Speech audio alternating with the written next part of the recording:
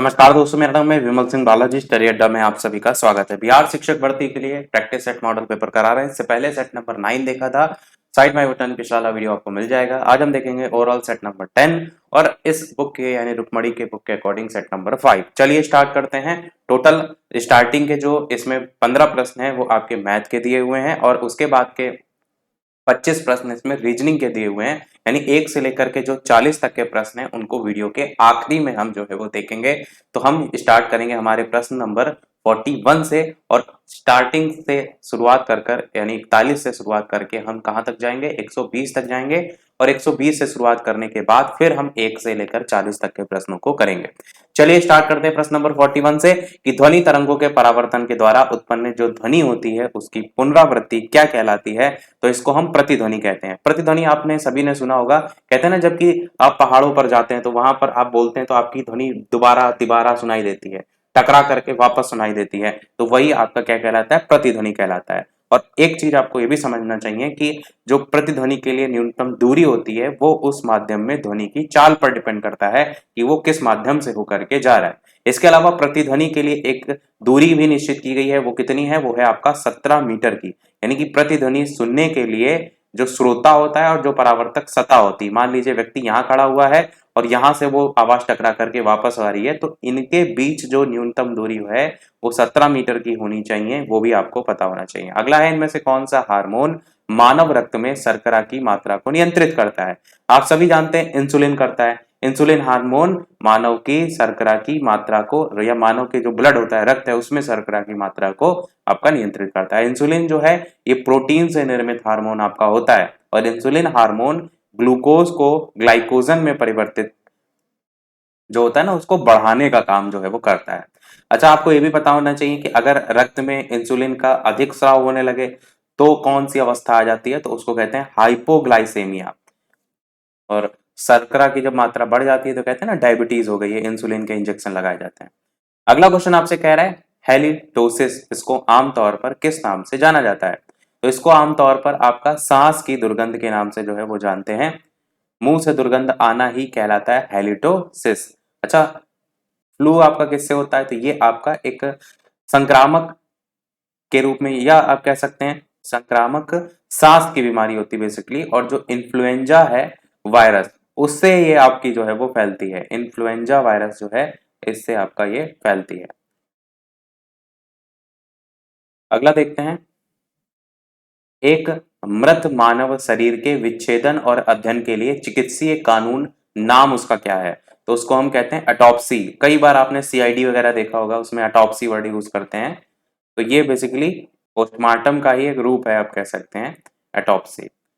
अगला क्वेश्चन आपसे है, संवेग ज्ञात करने का सूत्र क्या होता है। तो द्रव्यमान गुणे वेग जो है ये होता है। संवेग को p से दर्शाते हैं और द्रव्यमान को m से दर्शाते हैं और वेग को आपका v से दर्शाते हैं। एक फॉर्मूला बल का होता है, वो क्या होता है, वो होता है द्रव्यमान गुणे त्वरण। ये आपका बल का मात्रक, बल का फॉर्मूला हो जाएगा। और कार्य का फॉर्मूला क्या होता है, तो बल गुणे विस्थापन होता है। कार्य बराबर बल गुणे विस्थापन। शक्ति का क्या फॉर्मूला होता है, कार्य बटे क्षेत्रफल।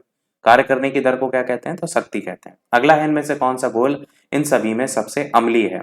आपको पता है कि पीएच मान 0 वाला जो घोल होता है वो सभी में सबसे अम्लीय होगा। तो आंसर ए वाला यहाँ पर सही हो जाएगा। क्लियर है। अच्छा, पीएच का जो मान होता है वो 0 से जैसे जैसे आगे बढ़ता है, जैसे ये स्केल है, 0 से जैसे जैसे आगे बढ़ेगा उस घोल की जो अम्लीयता होती है वो कम होने लगती है।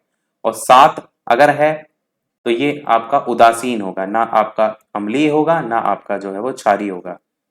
पीएच की वैल्यू होती किसके किसके बीच है, तो 0 से लेकर के 14 के बीच में आपकी जो है ये रहती है। और पीएच का मान अगर 7 से आपका अधिक है तो उस कंडीशन में क्षारीय प्रकृति होगी। अगला क्वेश्चन है, इनमें से कौन बिजली के कुचालक हैं। तो इसमें आपके 1 2 1 3 ऐसे ऑप्शन दिए हुए हैं। आंसर यहाँ पर आपका माइका और क्वार्ट्ज, ये दोनों बिजली के कुचालक हैं। केवल पहला वाला ऑप्शन यहाँ सही होगा जो कि ऑप्शन डी में दे रखा है। धातुएं जितनी भी होती है ना वो उष्मा की भी और विद्युत की दोनों की चालक होती हैं। अच्छा, सीसा की उष्मीय और विद्युतीय चालकता सबसे कम होती है। अगला है, बादलों का रंग सफेद किसके कारण दिखाई देता है। तो ये दिखाई देता है प्रकाश के प्रकीर्णन के कारण। बादलों का रंग सफेद प्रकाश के प्रकीर्णन के कारण होता है। जब भी कोई प्रकाश किसी, आप कहेंगे ऐसे कोई माध्यम से गुजरे जैसे उसमें छोटे छोटे छोटे छोटे धूल कण हो, यहाँ से अगर आपका प्रकाश आ रहा है तो इन धूल कण से क्या होता है, ये टकरा करके फैल जाता है, सभी दिशाओं में ऐसे ऐसे ऐसे ऐसे प्रकीर्णित हो जाता है, फैल जाता है। इसी को कहते हैं प्रकाश का प्रकीर्णन। तो आकाश का जो रंग हमको नीला दिखाई देता है, बादलों का रंग सफेद दिखाई देता है, या फिर लाल रंग के प्रकाश, घटना तो प्रकीर्णन के कारण होती है, पर अगर बात करते हैं प्रकीर्णन किसमें सबसे ज्यादा किसमें कम, तो जो बैंगनी रंग होता है उसमें आपका जो प्रकीर्णन होता है वो सबसे अधिक होता है, और लाल रंग जो होता है इसमें जो प्रकीर्णन होता है वो सबसे कम होता है। बस ये पॉइंट ध्यान रखिएगा। अगला इनमें से कौन सा जानवर है जो प्रतिध्वनि उत्पन्न कर सकता है? प्रतिध्वनि को हमने अभी समझा था, तो पारपोइसेस आपका यहाँ पर है, जो कि आपका पराध्वनि कहेंगे, प्रतिध्वनि नहीं, हमने तो प्रतिध्वनि पढ़ा था, पराध्वनि उत्पन्न कर सकता है। अच्छा, पराध्वनि क्या होता है? इसमें भी तरंगों के हर्ट्स के अकॉर्डिंग बांटा जाता है। अगर बात करते हैं 20,000 हर्ट्स की, तो 20,000 जो हर्ट्स होता है इससे ऊपर की अगर ध्वनि है तो उसको हम पराध्वनि के अंतर्गत रखते हैं। और एक आपकी होती है अवश्रव्य तरंगे करके, उसमें क्या होता है, उसमें आपका होता है 20 हर्ट्स जो है इससे नीचे होना चाहिए आवृत्ति के मान, वो आपका अवस्रव तरंगे में आती हैं और उसको हमारे कान नहीं सुन सकते हैं। और एक होती है श्रव्य तरंगे। श्रव्य तरंगों का जो हर्ट्स होता है वो 20 से लेकर के 20,000 हर्ट्स के बीच में होता है, और ये जो नाम से ही स्पष्ट है श्रव्य, मतलब इसको हमारे कान सुन सकते हैं। अच्छा, अगर आपसे कहा जाए चमगादड़ है, चूहा है, डॉल्फिन है, ये कौन सी तरंगे उत्पन्न करते हैं, तो वो पराश्रव्य तरंगे उत्पन्न करते हैं। और अगर पराश्रव्य ध्वनि की ही बात हो कि यूज कहाँ होता है, तो अल्ट्रासोनोग्राफी में गठिया रोग के उपचार के लिए होता है, मस्तिष्क के ट्यूमर का पता लगाने के लिए यूज होता है, तो इन सब में यूज होता है। प्रकाश संश्लेषण आपका होता है तो दिन में अथवा रात्रि दोनों में होता है, केवल दिन में ना लगा दीजिएगा। इसमें होता क्या है, जब रासायनिक ऊर्जा में प्रकाश बदलता है तो इस प्रक्रिया को हम प्रकाश संश्लेषण कहते हैं। रिएक्शन ऑलरेडी बता चुके हैं। ये क्वेश्चन बहुत पूछा जाता है कि प्रकाश संश्लेषण की क्रिया सबसे अधिक कौन से रंग में होती है, तो लाल रंग में जो है प्रकाश संश्लेषण की क्रिया सबसे अधिक होती है, ऊपर की ओर एरो इसलिए लगा दिया है। और जो बैंगनी रंग होता है इसमें प्रकाश संश्लेषण की जो क्रिया होती है वो सबसे कम होती है। और जो हरा रंग होता है ना उसमें प्रकाश संश्लेषण होता ही नहीं है। कई लोग हरा रंग क्लोरोफिल के कारण सोच लेते हैं कि उसमें प्रकाश संश्लेषण ज्यादा होगा, जबकि उसमें होता ही नहीं है। अगला रोग उत्पन्न करने वाला सबसे छोटा कारक जो है वो इनमें से बना है, कौन बना है, तो ये आपका सिर्फ और सिर्फ प्रोटीन जो है वो सही हो जाएगा, सबसे छोटा कारक के रूप में जाना जाता है। अच्छा, शरीर में प्रोटीन की कमी से होता क्या है, तो इम्यून सिस्टम जो होता है ना, रोगों से लड़ने की जो क्षमता होती है वो आपकी कम हो जाती है, कमजोर हो जाती है। अगला आपका है, अच्छा प्रोटीन शब्द दिया सबसे पहले किसने दिया था, बर्जीलियस ने दिया था। इनका नाम याद रखिएगा, कई बार पूछ लिया जाता है। बर्जीलियस ने सबसे पहले ये नाम जो है वो दिया था। अगला क्वेश्चन आपसे कह रहा है सभी जीव जंतु का लगभग 98% द्रव्यमान में होता है, तो ये 6 तत्व आपका सही हो जाएगा। कौन से ये 6 तत्व हैं? इसमें आपका ऑक्सीजन हो जाएगा, जिसमें आपका हाइड्रोजन हो जाएगा, जिसमें आपका कैल्शियम हो जाएगा, जिसमें आपका कार्बन हो जाएगा, नाइट्रोजन हो जाएगा और फास्फोरस हो जाएगा। जिसमें सबसे ज्यादा परसेंटेज ऑक्सीजन की होती है, 65% की। तो मनुष्य का शरीर इन तत्वों से मिलकर के आपका बना है। सबसे कम परसेंटेज फास्फोरस की होती है, और लगभग 60 से 65% आप कहेंगे प्रतिशत के रूप में जल होता है मानव शरीर में।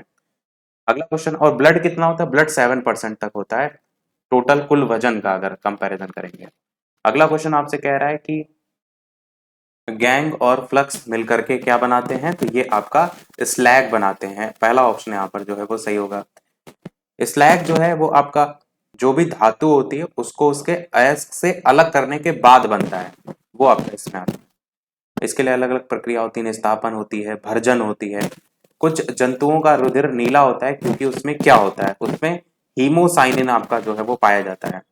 हीमोसाइनिन एक प्रकार का प्रोटीन जो है वो आपका होता है, और मानव शरीर का जो रंग लाल होता है वो हीमोग्लोबिन के कारण होता है। हीमोग्लोबिन अलग है, हीमोसाइनिन अलग है। मानचित्र पर दूरियों को मापने के लिए किस यंत्र का यूज किया जाता है, तो ये ऑप्सी ऑपिसोमीटर आपका ऑप्शन यहाँ पर सही होगा। और ऑपिसोमीटर के द्वारा मानचित्र में देखते हैं ना टेढ़ी मेढ़ी रेखाएं होती हैं, उनकी लंबाई जो है उसको मापा जाता है। जैसे सड़क है, नदी है, रेल मार्ग है, उसको लेकर के। और इसी को ही हम मानचित्र मापक भी कहते हैं। प्लेनीमीटर करके जो दिया गया है, इसके द्वारा किसी भी आकार के समतल द्विविमीय टू डायमेंशनल जो क्षेत्र होता है ना उसके क्षेत्रफल को मापा जाता है।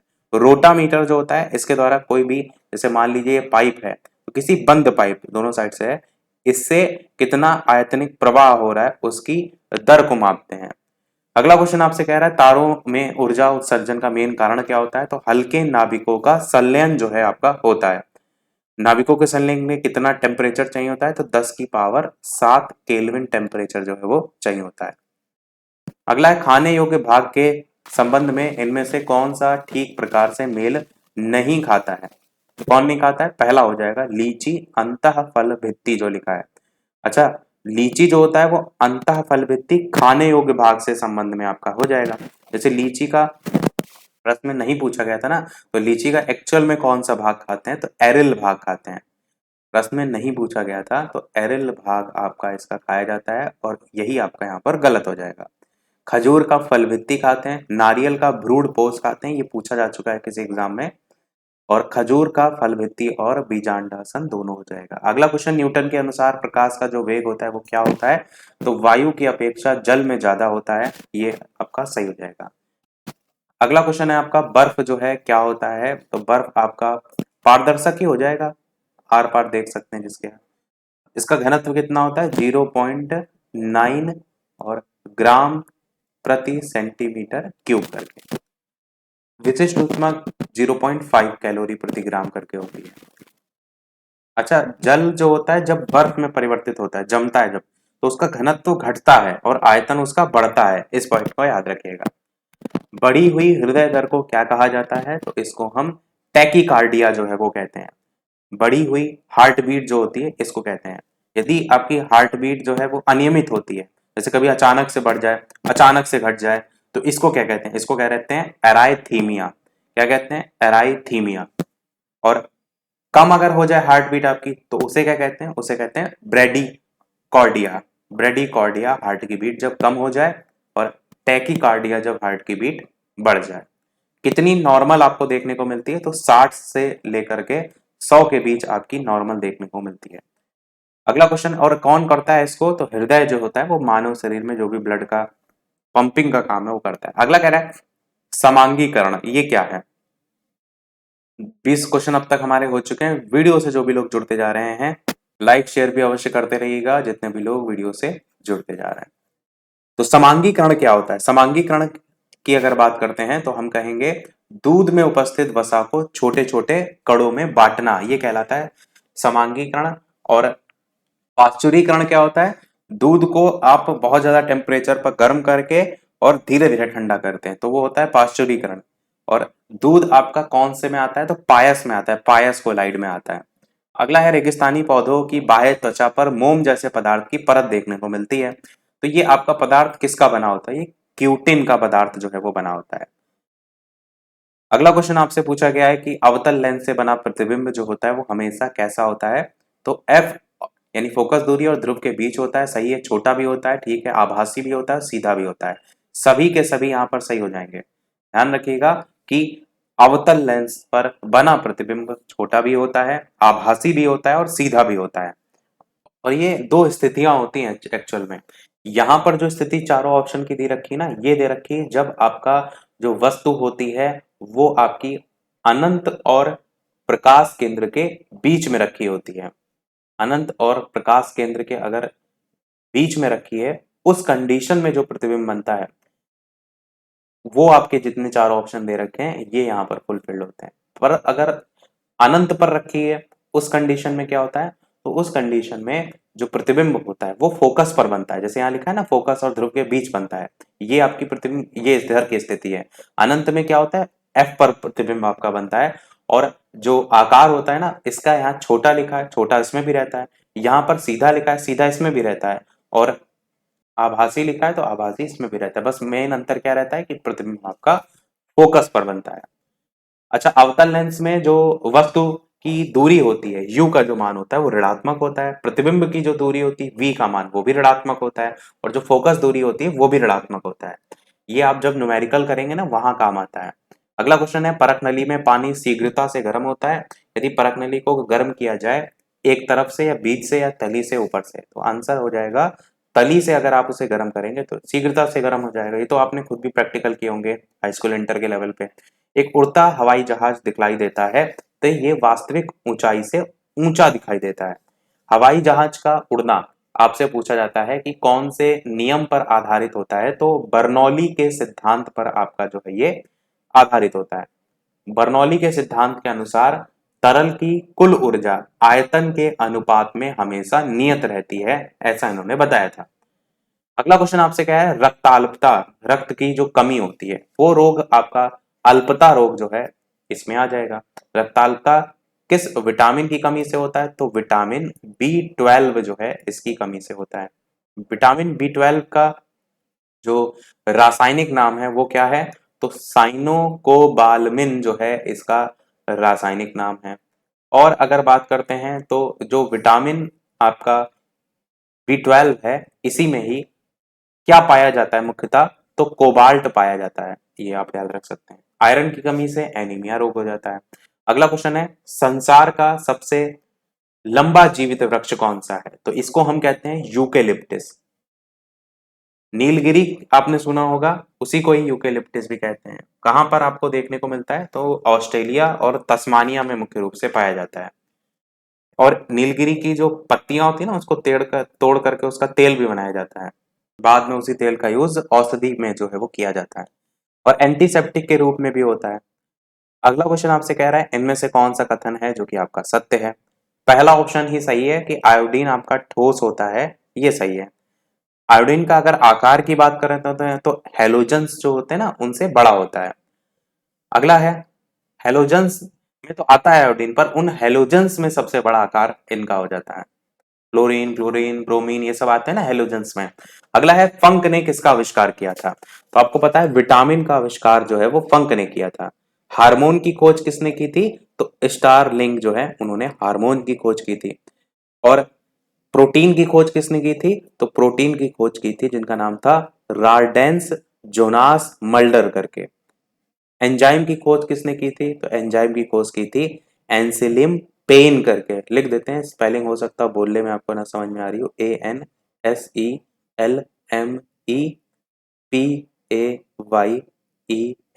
ये। और इस एंजाइम शब्द का सबसे पहले प्रयोग किसने किया था, तो उनका नाम था विलियम विलियम कोहने करके। और भी जैसे बहुत से पूछ ले जाते हैं, जिसमें आपका जीवाणु की खोज किसने की थी, तो जीवाणु की खोज एंटनी वॉन लीवनहॉक ने जो है वो की थी। इंसुलिन की खोज बैटिंग ने की थी। विटामिन की तो खोज फंक प्रश्न में ही पूछा गया है। मलेरिया जो परजीवी उसकी खोज रोनाल्ड रॉस ने की थी, वो आपने देखा होगा एनसीईआरटी में पढ़ा होगा। ब्लैक होल का सिद्धांत किसने दिया था, तो चंद्रशेखर, एस चंद्रशेखर ने जो है दिया था। तारों की जो मृत्यु होती है ना वो ब्लैक होल की घटना से होती है। सीवी रमन जो थे उन्होंने रमन प्रभाव दिया था। जीन का संश्लेषण जो था वो किसने किया था, वो हरगोविंद खुराना ने किया था। अगला है, खाने को काटते और फाड़ते समय कौन से दांत का यूज किया जाता है। आपको पता है पूरे मुंह में कितने दांत होते हैं, 32 दांत होते हैं। 16 दांत ऊपर के होते हैं, 16 दांत नीचे के होते हैं। तो जो 16 दांत होते हैं ना वो भी चार चार में डिवाइड होते हैं। तो 4 टाइप के टोटल दांत होते हैं। उसमें से ही आपका कृंतक और रदनक की अगर बात करें तो काटते और फाड़ते इसका काम जो है ये करते हैं। और एक होता है चवर्णक और एक होता है अग्रचवर्णक। कैनाइन, प्रीमोलर, मोलर, इस तरीके से इंग्लिश में नाम होते हैं। अगला क्वेश्चन है, इनमें से कौन सा कथन आपका गलत है, तो गलत यहां पर लिखा है सभी अयस्क खनिज होते हैं, ऐसा तो बिल्कुल नहीं है। अयस्क आप जानते हैं जिनसे हम किसी भी धातु को प्राप्त करते हैं, और खनिज उन प्राकृतिक पदार्थों को जिनमें धातुओं के यौगिक पाए जाते हैं वो खनिज कहलाते हैं। और सभी खनिजों को आप धातु निष्कर्षण के लिए यूज भी नहीं कर सकते हैं, क्योंकि उसमें से कुछ ना कुछ अशुद्धियां ऐसी होती हैं जो इसमें आप कहेंगे धातु का अगर निष्कर्षण कर रहे हैं तो उसमें नहीं निकल पाएंगे। तो ऐसे में आप कह सकते हैं सभी खनिज अयस्क नहीं होते हैं। अगला क्वेश्चन आपसे कह रहा है कि कौन सी दवा गिद्धों को समष्टि में ह्रास के लिए उत्तरदायी है। आंसर हो जाएगा आपका डाइक्लोफेनॉक सोडियम। ये जो आप देख रहे हैं ये पशुओं में दर्दनाक के रूप में यूज किया जाता है। और आपको पता है कि गिद्ध क्या करते हैं, गिद्ध जो मरे हुए जानवर वगैरह होते हैं ना उनका मांस नोच नोच के खाते हैं। अब मान लीजिए कोई जानवर है उसको दर्द निवारक के लिए वो दवा दी गई है वाली, अब ये मर गया कहीं पड़ा हुआ है, अब गिद्ध आएंगे उनको खाएंगे। अब कहीं ना कहीं जो दवा है वो गिद्ध के भी जाएगी, तो ऐसे धीरे धीरे इनका ह्रास हो रहा है, इनकी कमी हो रही है, लोग मर रहे हैं गिद्ध। वही चीज यहाँ पर कही गई थी। एस्पिरिन दवा जो पहले ऑप्शन में दे रखी है, इसका यूज किया जाता है दर्द को कम करने के लिए, बुखार में काम आती है, हार्ट अटैक को रोकने में काम आती है। पेनिसिलिन का यूज आपने देखा होगा कि एंटीबायोटिक के रूप में होता है। तो ये आप सब याद रख सकते हैं। अगला क्वेश्चन आपसे कह रहा है इनमें से कौन वायु का कौन सा घटक जलने में हेल्प करता है? तो ऑक्सीजन। जैसे आप देखते हैं ना कि गांव वगैरह में चूल्हा जल रहा होता है, फुकनी होती है, उससे आप फूकते हैं तो वो और तेज जलने लगता है, तो वो हम उसको ऑक्सीजन ही तो देते हैं। सेम चीज आप माचिस की तीली में भी देख सकते हैं। तो कार्बन डाइऑक्साइड का यूज किस में होता है? इसको जस्ट अपोजिट, आग को बुझाने में यूज किया जाता है। अपने वो सिलेंडर देखे हैं जो रेड कलर के होते हैं, कहीं आग लग जाती है तो उससे ड्राई आइस निकलती है, वो आपके कार्बन डाइऑक्साइड उसमें देखने को आपको मिलती है। अगला देखते हैं, और ये नाइट्रोजन का यूज ऑक्सीकरण की जो क्रियाशीलता है उसको कम करने के लिए किया जाता है। सुस्ती क्या होती है? सुस्ती वो होती है पशु निद्रा के रूप में, जिसको हम कह सकते हैं। प्राणियों में आप देखते हैं बेसिकली ग्रीष्म काल में ज्यादा देखने को मिलती है। अगला क्वेश्चन आपसे कह रहा है 1912 में बिहार में भारतीय राष्ट्रीय कांग्रेस का अधिवेशन कहाँ हुआ था? तो पटना में जो है ये हुआ था। बिहार पेपर के लिए वेरी वेरी इंपॉर्टेंट क्वेश्चन हो जाएगा। और कांग्रेस अधिवेशन ये हुआ कहाँ पर था? आपको याद होगा, बताया था बांकीपुर में जो है वो हुआ था। ये टॉपिक वाइज वाले में ही बताया था, क्वेश्चन में भी बताया था, जो भारतीय राष्ट्रीय आंदोलन वाले कराए थे। और इसकी जो अध्यक्षता है वो किसने की थी? तो रघुनाथ मुधोलकर ने की थी। याद होगा आपको, मैंने बताया था ना, मुंह धो करके आप जाते हैं, ऐसे करके याद कर सकते हैं। तो ये आप याद रखिएगा। अच्छा, मैंने सेट जो दूसरा वाला था उसकी पीडीएफ जो है टेलीग्राम पर भेज दी थी, वो आप वहां से डाउनलोड कर लीजिएगा। मैंने पहले भी कहा था कि जैसे जैसे कंप्लीट होते जाएंगे लाइक 500 वाला लक्ष्य, हम उसको टेलीग्राम के पर पीडीएफ विद आंसर जो है वो भेज देंगे। तो हमने दूसरे वाले सेट की पीडीएफ टेलीग्राम चैनल पर भेज दी है, वहां से आप डाउनलोड कर सकते हैं, विद आंसर भेज दिए। पहले वाले की तो पहले भेज चुके थे। तो यहाँ पर बात करते हैं कि कांग्रेस के पहले अधिवेशन की, तो कहाँ हुआ? बंबई में हुआ, गोकुलदास तेजपाल संस्कृत जो विद्यालय था 1885 में। और बाकी ऐसा इसमें आपको सारी चीजें बता चुके हैं। अगला है 1857 ईस्वी के विद्रोह के समय भारत का गवर्नर जनरल कौन था? तो लॉर्ड कैनिंग जो है वो था। बी वाला ऑप्शन सही हो जाएगा। लॉर्ड कैनिंग भारत का अंतिम गवर्नर जनरल भी था और भारत के पहले वायसराय के रूप में भी था। इसका समय कब से कब तक था? 1856 से लेकर के 1862 तक आपको देखने को मिला। इसके टाइम में विधवा पुनर्विवाह अधिनियम आया था, 1856 में ही आया था विधवा पुनर्विवाह अधिनियम करके। अगला क्वेश्चन आपसे कह रहा है गांधी जी ने चंपारण सत्याग्रह कब आपका किया था? तो आपको बता चुके हैं 1917 में किया था। चंपारण सत्याग्रह किससे संबंधित? तिनकटिया पद्धति। कितना भाग देना होता था? 3/20 भाग पर नील की खेती करनी होती थी। अगला क्वेश्चन आपसे कह रहा है, और इसमें नहीं वैसे बता चुके हैं। अगला देखते हैं। पहला जो पॉइंट है वो एक था उसमें कि जो महात्मा गांधी जी उनको जो उपाधि मिली थी महात्मा की, वो इसी चंपारण सत्याग्रह के सफल नेतृत्व के बाद रविन्द्रनाथ टैगोर ने दी थी। अगला क्वेश्चन 79, अय्यर बांध कौन सी नदी पर बना है? तो ये आपका दामोदर बांध, दामोदर नदी पर जो है ये बना हुआ है। बेस्मो नामक बांध भी आपका दामोदर नदी पर बना है, बेरमो करके नाम होता है। तिलैया बांध पूछा जाता है, वो बराकर नदी पर है। अगला देखते हैं आपका मगध की राजधानी इनमें से कौन सी है? तो मगध की राजधानी गिरिव्रज राजगृह है, पढ़ा चुके हैं ये भी। उदयन ने क्या किया था? राजगृह से राजधानी कहाँ स्थानांतरित की थी? पाटलिपुत्र स्थानांतरित जो है वो की थी। पहला शासक इसमें कौन था? बृहद्रथ का पुत्र जरासंध था, जिसने गिरिव्रह को अपनी राजधानी बनाई थी मगध में। तो पहला शासक था आपका बृहद्रथ का पुत्र जरासंध। अगला क्वेश्चन आपसे कह रहा है भारत और नेपाल का संयुक्त नदी घाटी उद्यम कौन सा है? तो कोसी नदी आपका यहाँ पर जो है वो सही हो जाएगा। भारत की पहली बहुउद्देशीय नदी घाटी परियोजना दामोदर नदी घाटी परियोजना करके पूछी जाती है, तो इसको भी आप याद रखिएगा। अगला क्वेश्चन, अच्छा, दामोदर नदी घाटी परियोजना झारखंड और पश्चिम बंगाल राज्य से संबंधित है। अगला क्वेश्चन आपका है कि राष्ट्रीय विकास परिषद का गठन कब किया गया था? तो ये किया गया था 1952 में। और तारीख क्या थी? तो 6 अगस्त की तारीख थी। 6 अगस्त 1952 को राष्ट्रीय विकास परिषद जो है उसका गठन हुआ था। भारत में योजना आयोग कब आया था? तो वो आपका 1950 में आया था योजना आयोग। योजना आयोग का समय क्या था 1950 के अलावा, यानी तारीख? तो 15 मार्च की जो है वो थी। भारत की पहली पंचवर्षीय योजना आपकी कब आई थी? तो 1951 में आई थी। पहली पंचवर्षीय योजना आपकी 1951 में आई थी। तो इतनी चीजें याद रख सकते हैं। और बाद में योजना आयोग के स्थान पर क्या आ गया? नीति आयोग। कब आया था? 2015 में। अगला है प्रायद्वीपीय भारत के शिखरी के समूह का चयन उनकी ऊंचाई के अवरोही क्रम के अकॉर्डिंग करना है। तो सबसे पहले आएगा अन्नाईमुडी, उसके बाद आएगा डोडा बेट्टा, फिर आएगा गुरु शिखर, उसके बाद आएगा महेंद्रगिरी। तो ये आपका क्रम जो है वो यहाँ पर सही हो जाएगा। अगर अन्नाईमुडी की बात करें तो प्रायद्वीपीय भारत की सबसे ऊंची चोटी कौन सी है, तो अन्नाईमुडी है। अन्नाईमुडी की कितनी ऊंचाई है, तो 2695 मीटर में इसकी जो है वो ऊंचाई हो जाएगी, ये याद रखिएगा।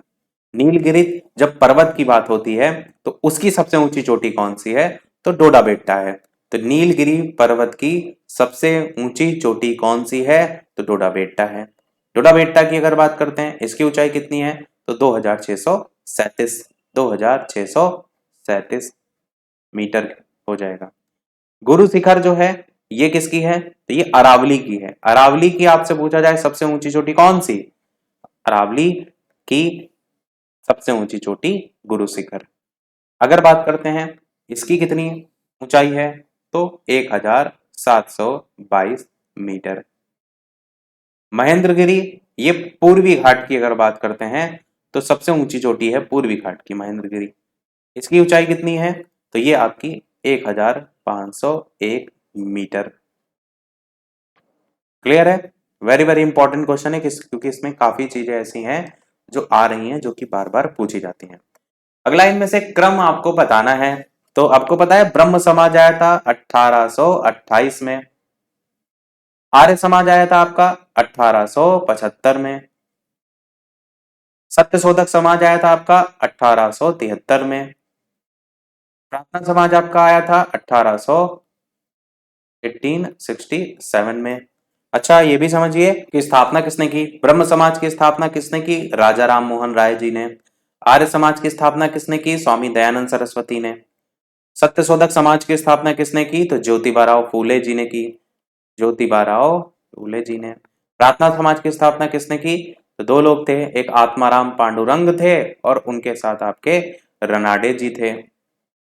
और एक आपको और पता होना चाहिए, ब्रह्म समाज के साथ साथ राजा राम मोहन राय जी से जुड़ा है आत्मीय सभा। कब आया था, 1815 में आया था। यहां पर पूछा क्या गया था, कामा अगर क्रम से लगाएंगे तो पहला क्या आएगा, ब्रह्म समाज आंसर हो जाएगा। इनमें से किस मुगल बादशाह ने सबसे लंबे समय तक भारत पर शासन किया था, आंसर की बात करते हैं अकबर आपका सही हो जाएगा। अकबर का जो समय था 1556 से शुरू होकर के 1605 तक जो है वो चला था। और कितना समय हो गया, 56 1605 49 साल जो है वो आपका हो जाएगा। हुमायूं का कितना चला था, तो ये चला था लगभग 10 वर्ष। और ये हुमायूं का चला था 1530 से 1540। फिर से चला था बाद में 1555 से 56 में 1 साल, और मेन उनका यही था। जहांगीर की बात करते हैं तो लगभग 22 वर्ष चला था। शाहजहां की अगर बात करते हैं तो लगभग 30 वर्ष चला था। अगला देखते हैं। अच्छा अकबर के टाइम में ही आपको अकबरनामा देखने को मिलती है, लिखी किसने, अबुल फजल ने लिखी है। अकबर का संरक्षक कौन था, तो बैरम खां था। इनमें से किसने पुरा योजना का सुझाव दिया था, तो ये दिया था एपीजे अब्दुल कलाम जी ने। फुल फॉर्म होती है इसकी provision of urban amenities in rural areas, इस तरीके से होती है इसकी फुल फॉर्म। 2003 में आया था ये, और ग्रामीण विकास के लिए बेसिकली इसको प्रस्तुत किया गया था। लंबाई की दृष्टि से इनमें से कौन सी नदी सबसे लंबी नदी है, तो लंबाई की दृष्टि से अगर देखेंगे तो गोदावरी नदी ऑप्शन में है, गंगा तो दिया ही नहीं है, तो ऑप्शन गोदावरी यहां सही हो जाएगा। गोदावरी नदी की लंबाई कितनी है, 1465 मीटर है, किलोमीटर, मीटर नहीं। और अगर बात करते हैं गंगा नदी की तो उसकी 25-25 है। कृष्णा नदी की कितनी है, तो कृष्णा नदी की 1400 किलोमीटर है। कावेरी नदी की कितनी है, तो 801 किलोमीटर है। गोदावरी नदी को क्या कहते हैं, दक्षिण की गंगा भी कहते हैं, वृद्ध गंगा भी कहते हैं। लंबाई की दृष्टि से अगर बात करें या प्रायद्वीपीय भारत की बात करते हैं तो वहां पर भी सबसे लंबी नदी के रूप में गोदावरी आती है। इसे एशिया का मरीज के नाम से जानते हैं, तो चाइना आपका जो है वो सही हो जाएगा, ऑप्शन नंबर सी। तुर्की को क्या कहते हैं, यूरोप का मरीज कहते हैं। तुर्की को यूरोप का मरीज जो है वो कहते हैं। इस्तांबुल जो है ये पुराना नाम है किसका, कुस्तुनतुनिया का पुराना नाम है इस्तांबुल। और म्यांमार को क्या कहते हैं? तो स्वर्ण पैगोडा का देश जो है वो कहते हैं। स्वर्ण पैगोडा का देश जो है वो म्यांमार को जो है वो कहते हैं। स्वतंत्रता से पहले कौन सा भारतीय क्षेत्र काला पानी के नाम से जाना जाता था? अंडमान निकोबार द्वीप समूह था, काला पानी के नाम से जाना जाता था। और इसी के ही क्षेत्र में आपका एक जेल का एक कक्ष था, सेलुलर जेल जिसको कह सकते हैं, वो आपका पोर्ट ब्लेयर में जो है वो थी। तो पोर्ट ब्लेयर जो है वो इसी निकोबार द्वीप समूह का मुख्यालय था, अंडमान निकोबार द्वीप समूह का। वहां पर आपका जो काला पानी की सजा होती थी वो देखने को मिलती थी। अच्छा, पोर्ट ब्लेयर की जब बात होती है, वीडी सावरकर का नाम आपको याद रखना है। उनके नाम पर एक जेल के कक्ष का नाम रखा गया था, वीडी सावरकर जी के नाम पर। पहली पंचवर्षीय योजना की प्राथमिकता क्या थी? कृषि। पहला ऑप्शन बिल्कुल सही हो जाएगा। 1951 से आपकी पहली पंचवर्षीय योजना शुरू हुई थी, अभी ऊपर बता चुके हैं। और कौन से मॉडल पर आधारित थी? तो हैरोल्ड डोमर मॉडल पर जो है ये आपका आधारित थी पहली पंचवर्षीय योजना। दूसरी जो पंचवर्षीय योजना थी 1956 से चली थी और किस मॉडल पर आधारित थी? तो पीसी महानलोबिस मॉडल पर जो है आपका आधारित थी। पीसी महानलोबिस, ला में मात्रा ना लगाकर नो में मात्रा लगाइए तो सही होगा, महानलोबिस। और इसमें ला से मात्रा हटा दी, महानलोबिस, ठीक है। इसमें क्या उद्देश्य रखा गया था दूसरे में?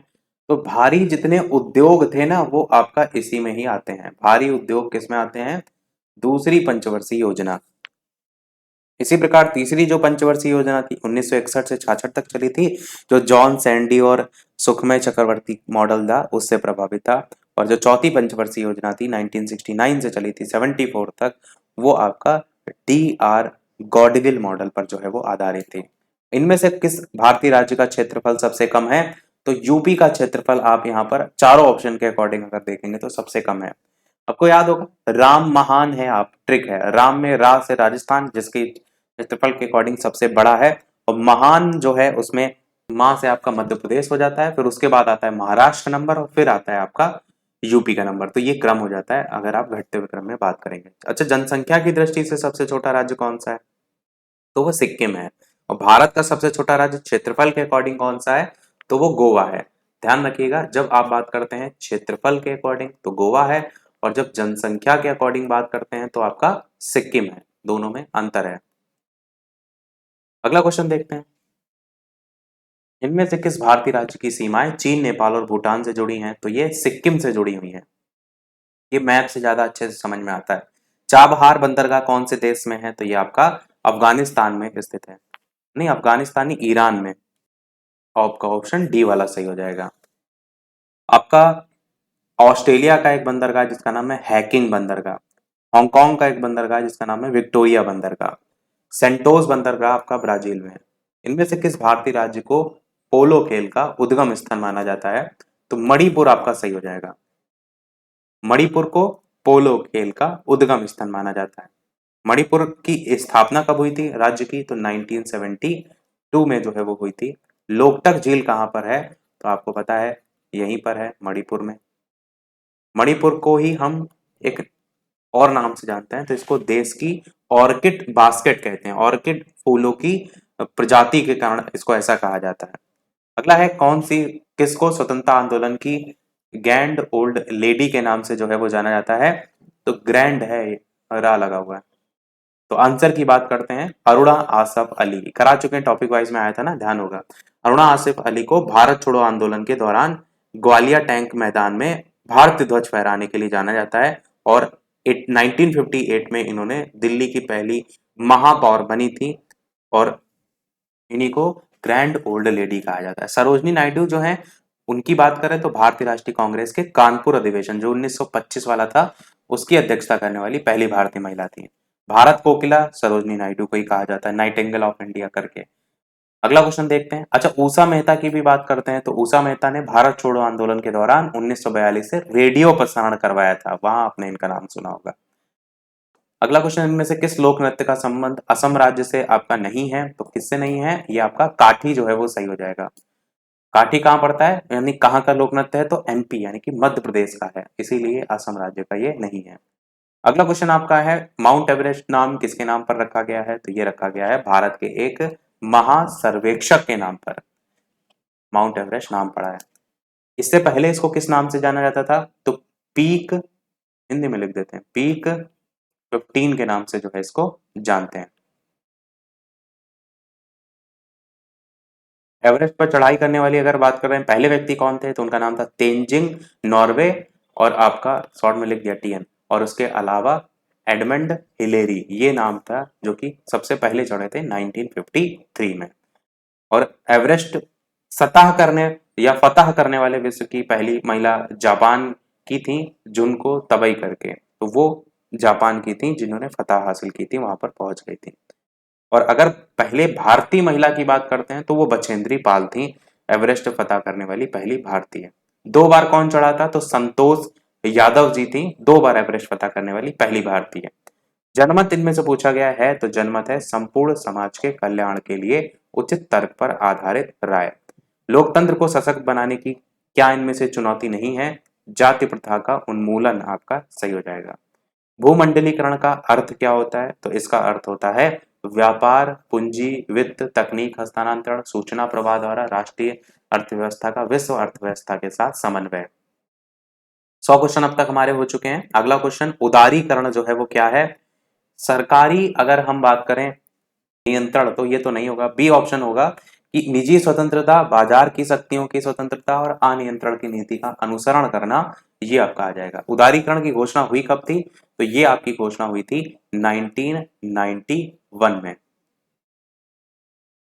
ये आप सन याद रख सकते हैं, 1991 में 24 जुलाई की तारीख थी जब हुई थी। उदारीकरण के भारत में जनक कौन थे? तो मनमोहन सिंह जो है वो जनक के रूप में जाने जाते हैं। अगला क्वेश्चन है, निजीकरण उस प्रक्रिया को कहते हैं जिसमें क्या होता है? जिसमें आपका निजी क्षेत्र को विकास प्रक्रिया में अधिक महत्व दिया जाता है और उन्हें मजबूत बनाया जाता है। सार्वजनिक क्षेत्र की परिसंपत्तियों को बेचा जाता है और निजी क्षेत्र के हाथ में उसको दे दिया जाता है। सेम चीज अगर आप ये समझिए कि अगर इस समय रेल गवर्नमेंट के हाथ में है, अब गवर्नमेंट खर्चा नहीं उठा पा रही है, तो एक टाइम आएगा क्या होगा, उसका प्राइवेटाइजेशन हो जाएगा और वो कंपनियों को बेच देगी प्राइवेट कंपनियों के हाथों में, फिर वो करेंगे। तो वही चीज यहाँ पूछी गई थी। अगला है, क्लासिकल रोजगार सिद्धांत के प्रतिपादक कौन थे? तो ये आपका एडम स्मिथ और रिकार्डो करके जो आप देख रहे हैं, ये सही हो जाएगा, क्लासिकल रोजगार सिद्धांत। एडम स्मिथ की जब बात होती है तो इनको अर्थशास्त्र का जनक कहा जाता है। ये पूछा जाता है कि अर्थशास्त्र का जनक किसे कहा जाता है, तो एडम स्मिथ को जो है वो कहा जाता है। अच्छा, एक चीज और समझिए, एडम स्मिथ ने ही 1776 में आपका एक पुस्तक लिखी थी जिसका नाम था वेल्थ ऑफ नेशन पुस्तक, उसको भी आप याद रख सकते हैं। अगला देखते हैं, मजदूरी में कटौती द्वारा रोजगार में वृद्धि की जा सकती है, कथन किसने दिया था? ये कथन पीगू जो है इनके द्वारा जो है वो दिया गया था। अगला क्वेश्चन, ऐसे श्रमिक जिनके पास कृषि योग्य भूमि नहीं होती उसे क्या कहते हैं? भूमिहीन श्रमिक जो है कहते हैं। बिहार के किस जिले की जनसंख्या आपसे पूछा गया है सबसे ज्यादा है? साथ ही साथ जो भी लोग वीडियो से जुड़ते जा रहे हैं, वीडियो लाइक शेयर भी अवश्य जो है वो करते रहिएगा। साथ ही साथ टेलीग्राम चैनल से नहीं जुड़े हो तो बालाजी स्टडी सर्च करके भी जुड़ सकते हैं। और जितने भी लोग वीडियो देख रहे हैं एटलीस्ट लाइक तो सभी लोग फटाफट से अवश्य कर दीजिए अगर अभी तक नहीं किया हो तो। आंसर की बात करते हैं, आंसर इनमें से सही हो जाएगा पटना। बिहार के किस जिले की जनसंख्या सबसे ज्यादा है? पटना की है। सबसे कम आबादी कहां पर है? तो शेखपुरा, यहां पर आपका सबसे कम आबादी है। एरो डाउन की ओर लगा दिया, मतलब सबसे कम आबादी है। बिहार के अगर घनत्व की बात करते हैं, जन घनत्व की बात करते हैं, तो कितना है? 1106 प्रति वर्ग किलोमीटर करके। बिहार का अगर बात करें क्षेत्रफल की दृष्टि से सबसे बड़ा जिला कौन सा है? तो पश्चिमी चंपारण जो है आपका क्षेत्रफल की दृष्टि से सबसे बड़ा जिला है। और सबसे छोटा जिला कौन सा है? तो आपका शिवहर, डाउन एरो लगा दिया, मतलब सबसे छोटा जिला कौन सा है? तो शिवहर है। और अगर पूरे भारत की बात हो जाती है तो आपको पता है भारत में सबसे कम आबादी वाला राज्य कौन सा है? सिक्किम राज्य है। अगला क्वेश्चन देखते हैं कि कृषि श्रमिक से हमारा क्या अभिप्राय है? तो कृषि में कार्यरत श्रमिक भी आएंगे, कृषि संबंधी अन्य धंधों के श्रमिक दोनों हो जाएगा। बाजार के नियम का प्रतिपादन किसने किया था?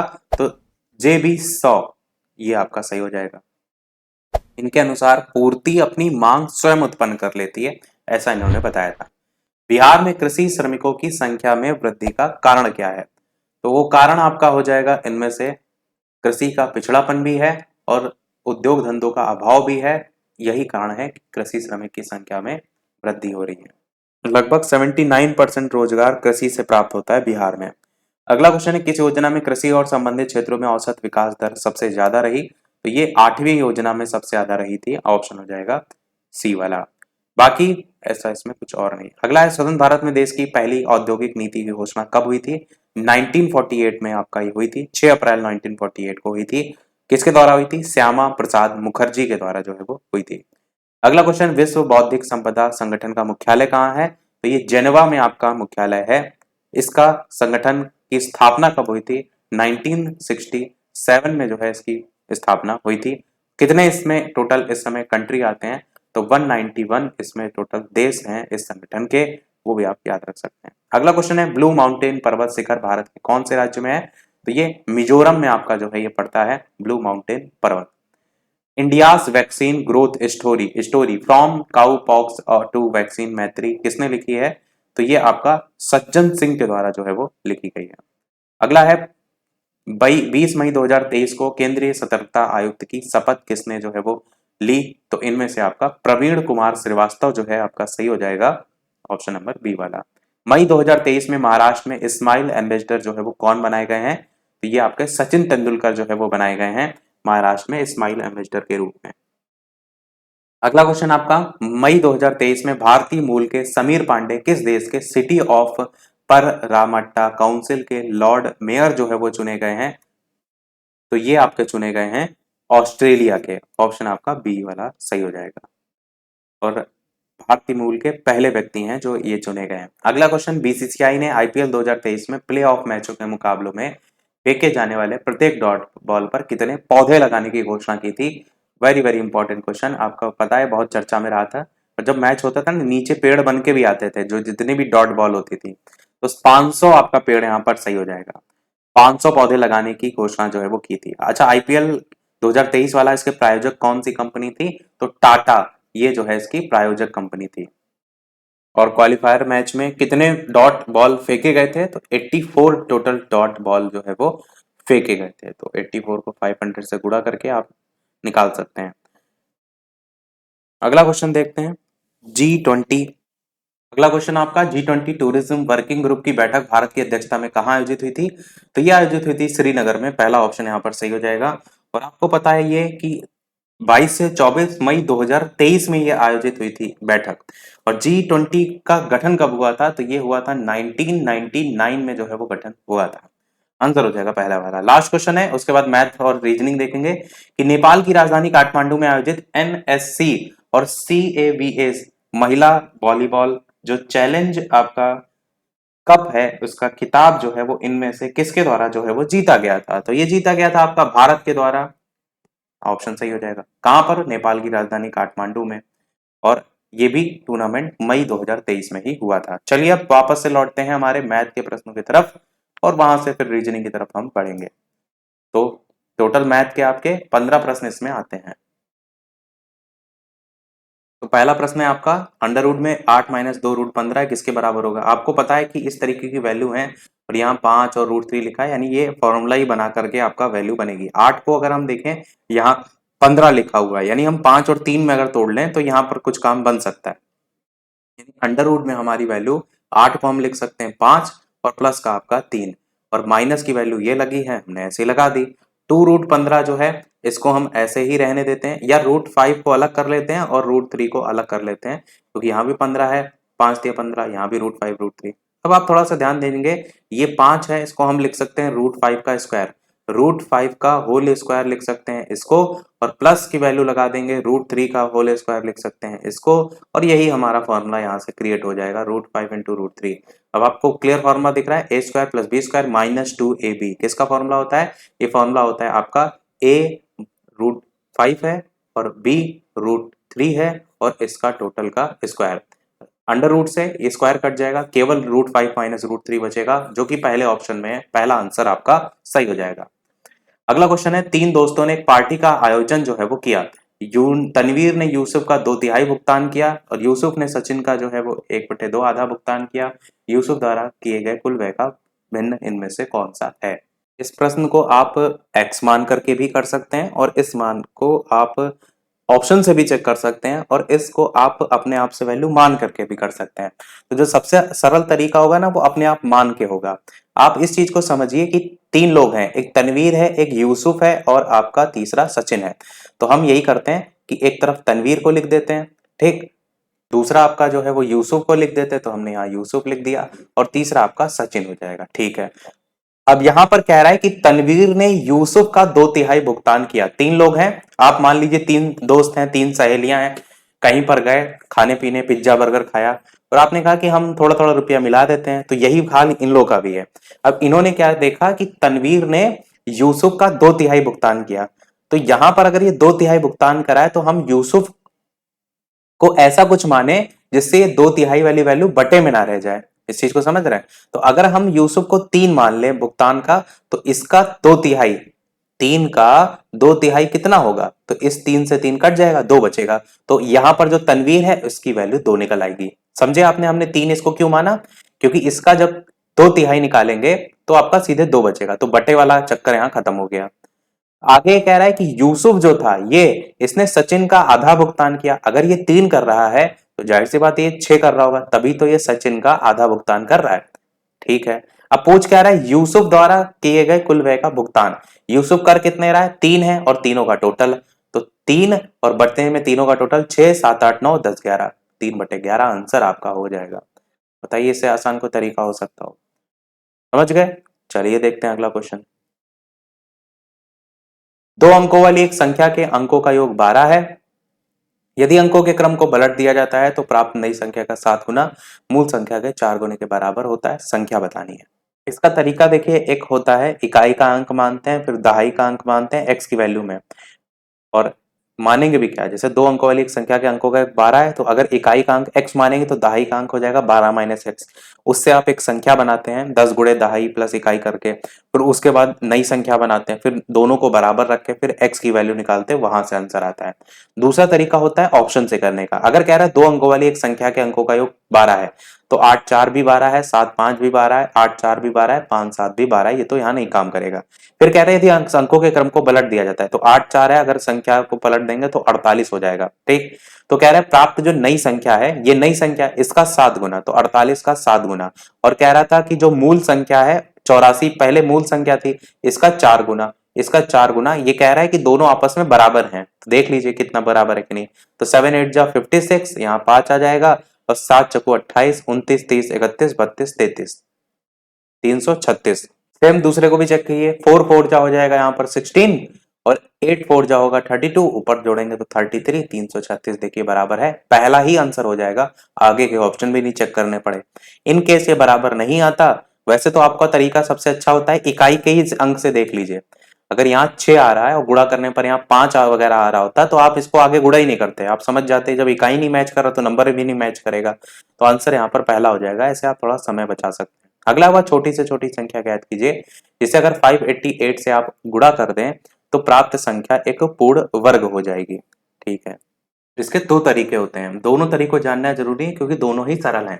पहला तरीका जो है वो आपका है 588, जो आपको वैल्यू जो भी दे रखी है इसका सीधे आप निकाल लीजिए इस तरीके से एलसीएम, 2 से काटिए तो 2 दूना 4 हो जाएगा, यहाँ पर आएगा 9 बार में 18 और आपका 2 चक्कू 8, फिर आपका 2 बार में जाएगा तो आ जाएगा 147, उसके बाद फिर से आप 2 तो जाएगा नहीं 147, 7 बार में जाएगा 7 दूनी 14 और 7 एकम 7, उसके बाद जाएगा 7 3 21, अब तो कटेगा नहीं, 3 एकन्नम 3 कटेगा ना सीधे जाके 3 एकन्नम 3।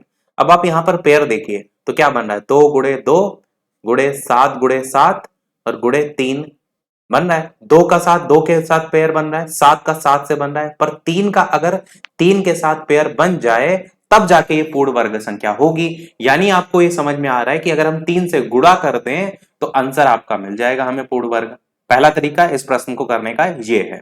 दूसरा तरीका है ऑप्शन से करने का। 588 से कह रहे हैं ना गुणा करने में पूर्ण वर्ग हो जाए, तो आप 5 से गुणा करके देख लीजिए पूर्ण वर्ग आ रहा है कि नहीं, 3 से गुणा करके देख लीजिए, तो 588 को 3 से गुणा करेंगे तो ये जो वैल्यू आएगी वो 42 का स्क्वायर होगी। तो अगर आपको बड़े स्क्वायर नहीं याद है या आपको चेक करने में दिक्कत हो रही है तो फिर यही तरीका अच्छा है। अगर आपको आते हैं तो फिर ऑप्शन से भी कर सकते हैं, आंसर को दोनों ही आधार पर बी आएगा। ये देखना होता है कि जब पूर्ण वर्ग की बात होती है तो दो दो का पेयर बनाते हैं, जब पूर्ण घन की बात होती है, वर्ग की जगह अगर घन लिखा होता है तो तीन तीन का पेयर बनाते हैं, तो तीन तीन के पेयर में जो बच जाता वो आपका फिर नंबर हो जाता। अगला देखते हैं, गुणनखंड करना है। अब यहाँ पर 11xy को ऐसे तोड़ लीजिए कि 24 जो है ये वैल्यू आ जाए, तो 8 3 जा 24 होता है, और 8 और 3 जोड़ेंगे तो 11 भी होता है, यानी एक्स स्क्वायर प्लस 11xy को क्या लिख सकते हैं 8xy, और प्लस में आपका 3xy, अब आगे 24y²। अब देख लीजिए 8 3 जा 24 हो भी रहा है, 24 और यहाँ पर एक वैल्यू ना, तो 24 गुणा करने पर भी आ रहा है, और 8 और 3 जोड़ेंगे तो 11xy भी हो रहा है। अब कॉमन क्या आ रहा है, x कॉमन आ रहा है, और कुछ कॉमन आ रहा है नहीं, और नहीं आ रहा है कुछ, तो x बचेगा, यहाँ पर आपका 8 बचेगा, और x चला चुका है बाहर तो y बचेगा, ये एरो टाइप का, इसको हटा देते हैं।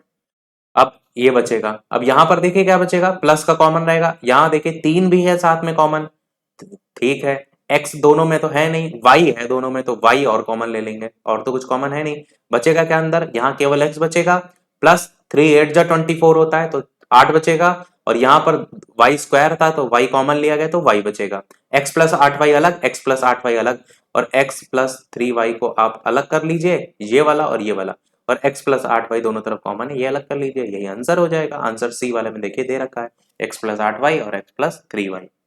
अगला क्वेश्चन देखते हैं, इनमें से कौन सा कथन है जो कि आपका सत्य है। कह रहा है प्रत्येक पूर्ण संख्या प्राकृत संख्या होती है, ये तो गलत है। प्रत्येक पूर्णांक परिमेय संख्या होती है, ये वाला आपका सही होगा। पूर्ण संख्याएं क्या होती हैं, जब जीरो से लेकर के नंबर, होल नंबर जो होता है जीरो से स्टार्ट होता है और अनंत तक जाता है, और पूर्णांक संख्याएं क्या होती हैं, ये आपकी जीरो से स्टार्ट होती हैं और 1 2 3 ऐसे करके अनंत तक जाती हैं।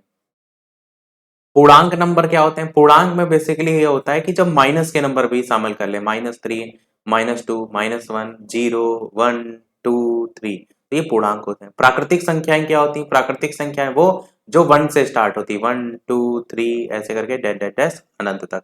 परिमेय संख्याएं क्या होती हैं, जिनको p/q के रूप में आप लिख सकते हैं, तो ये परिमेय संख्याएं आपकी होती हैं। क्लियर है, तो आंसर यहाँ पर हो जाएगा सेकंड, केवल और केवल डी वाला, कि प्रत्येक पूर्णांक संख्याएं परिमेय संख्याएं हो सकती हैं, बाकी सभी ऑप्शन कट जाएंगे। एक भिन्न का अंश उसके हर से 2 कम है, ठीक है, यदि हम अंश में 2 घटाते हैं हर में 2 जोड़ते हैं तो नया भिन्न क्या होगा, नहीं नया भिन्न 1/3 हो जाता है, तो मूल भिन्न क्या थी, ऑप्शन से कर लीजिए सीधे सीधे। अंश उसके हर से 2 कम है ना, यहाँ देखिए 5 6 7 2 कम है, 5 6 7 8 9 4 कम है, ऑप्शन काट दीजिए। यहाँ 2 कम है, हो सकता है 3 4 5 6 7, ऑप्शन काट दीजिए। अब यहां से बाद इन दोनों ऑप्शन को चेक कीजिए, अंश कह रहा है उसके हर से 2 कम है, ठीक है, अंश में कितना जोड़ा है, 2, अंश में 2 घटाया जा रहा है, यहाँ 5 है 2 घटा देंगे बचेगा 3, हर में 2 जोड़ा जा रहा है, 7 है 2 जोड़ देंगे 9, और कह रहा है नया भिन्न 1/3 हो जाता है, 3 एकम 3 3 3 9 1/3 हो रहा है, पहला ही आंसर आपका हो जाएगा, कुछ मत चेक करिए, समझ गए होंगे। अगला देखते हैं, तीन संख्याओं का योग 98 आपको दे रखा है, ठीक है, पहली से दूसरी संख्या का अनुपात 2:3 है, दूसरी और तीसरी का 5:8 है, तो दूसरी संख्या को आपको बताना है। आपको सेम इसमें क्या करना है, जैसे ए बी की वैल्यू होती है, बीसी की वैल्यू होती है, एबीसी की निकाल लीजिए, तो आपका 2:3 और इसी के नीचे 5:8 रख लीजिए, इसको इससे गुणा कीजिए, इसको इससे, इसको इससे, 2 पंचे कितना होगा 10 हो जाएगा, 5 तियां कितना होगा 15 हो जाएगा, और 8 3 जा कितना होगा 24 हो जाएगा।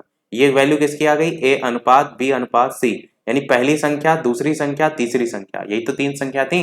अब तीनों संख्याओं का पता ही चल गया, इन्हीं का टोटल 98 लिखा हुआ है, तो यानी 10x plus 15x plus 24x और बराबर में आपका 98 के दे रखा है, और वैसे इसमें जोड़ने की आवश्यकता भी नहीं पड़ेगी, टोटल तो 98 ऑलरेडी दे ही रखा है ना, हम x की वैल्यू क्यों निकालें, हमें दूसरी संख्या चाहिए, रुकिए इसको और थोड़ा सा आसान कर सकते हैं, इसको रब कर दें, तो दूसरी संख्या यहाँ पर क्या थी 15 थी, निकालनी दूसरी संख्या है ना, ठीक है, तो 15 निकालनी है, तो 15 और टोटल संख्या है 98, तो गुणे 98, और बटे में क्या लिखते हैं, बटे में हमेशा इन तीनों का टोटल लिखते हैं, तो जोड़ दीजिए 5 4 9, ठीक, 2 3 4 49 टोटल आएगा, तो बटे में कर दीजिए 49, इसको सॉल्व कर लीजिए, सीधे आंसर आपका आ जाएगा, कितना आंसर आएगा 30 आंसर आ जाएगा, 30 आंसर आपका बी वाले ऑप्शन में हो जाएगा।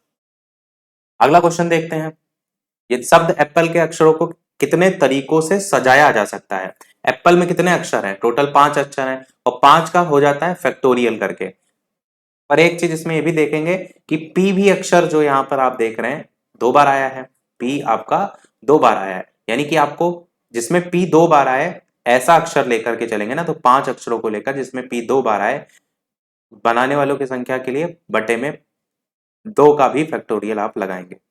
फैक्टोरियल में होता क्या है, यहां से घटते हुए क्रम में चलते हैं, यानी 5 फिर गुणे में आपका 4 गुणे में आपका 3 गुणे में आपका 2 गुणे में आपका 1 बटे में देखिए, अरे ये 2 लिखा हुआ है,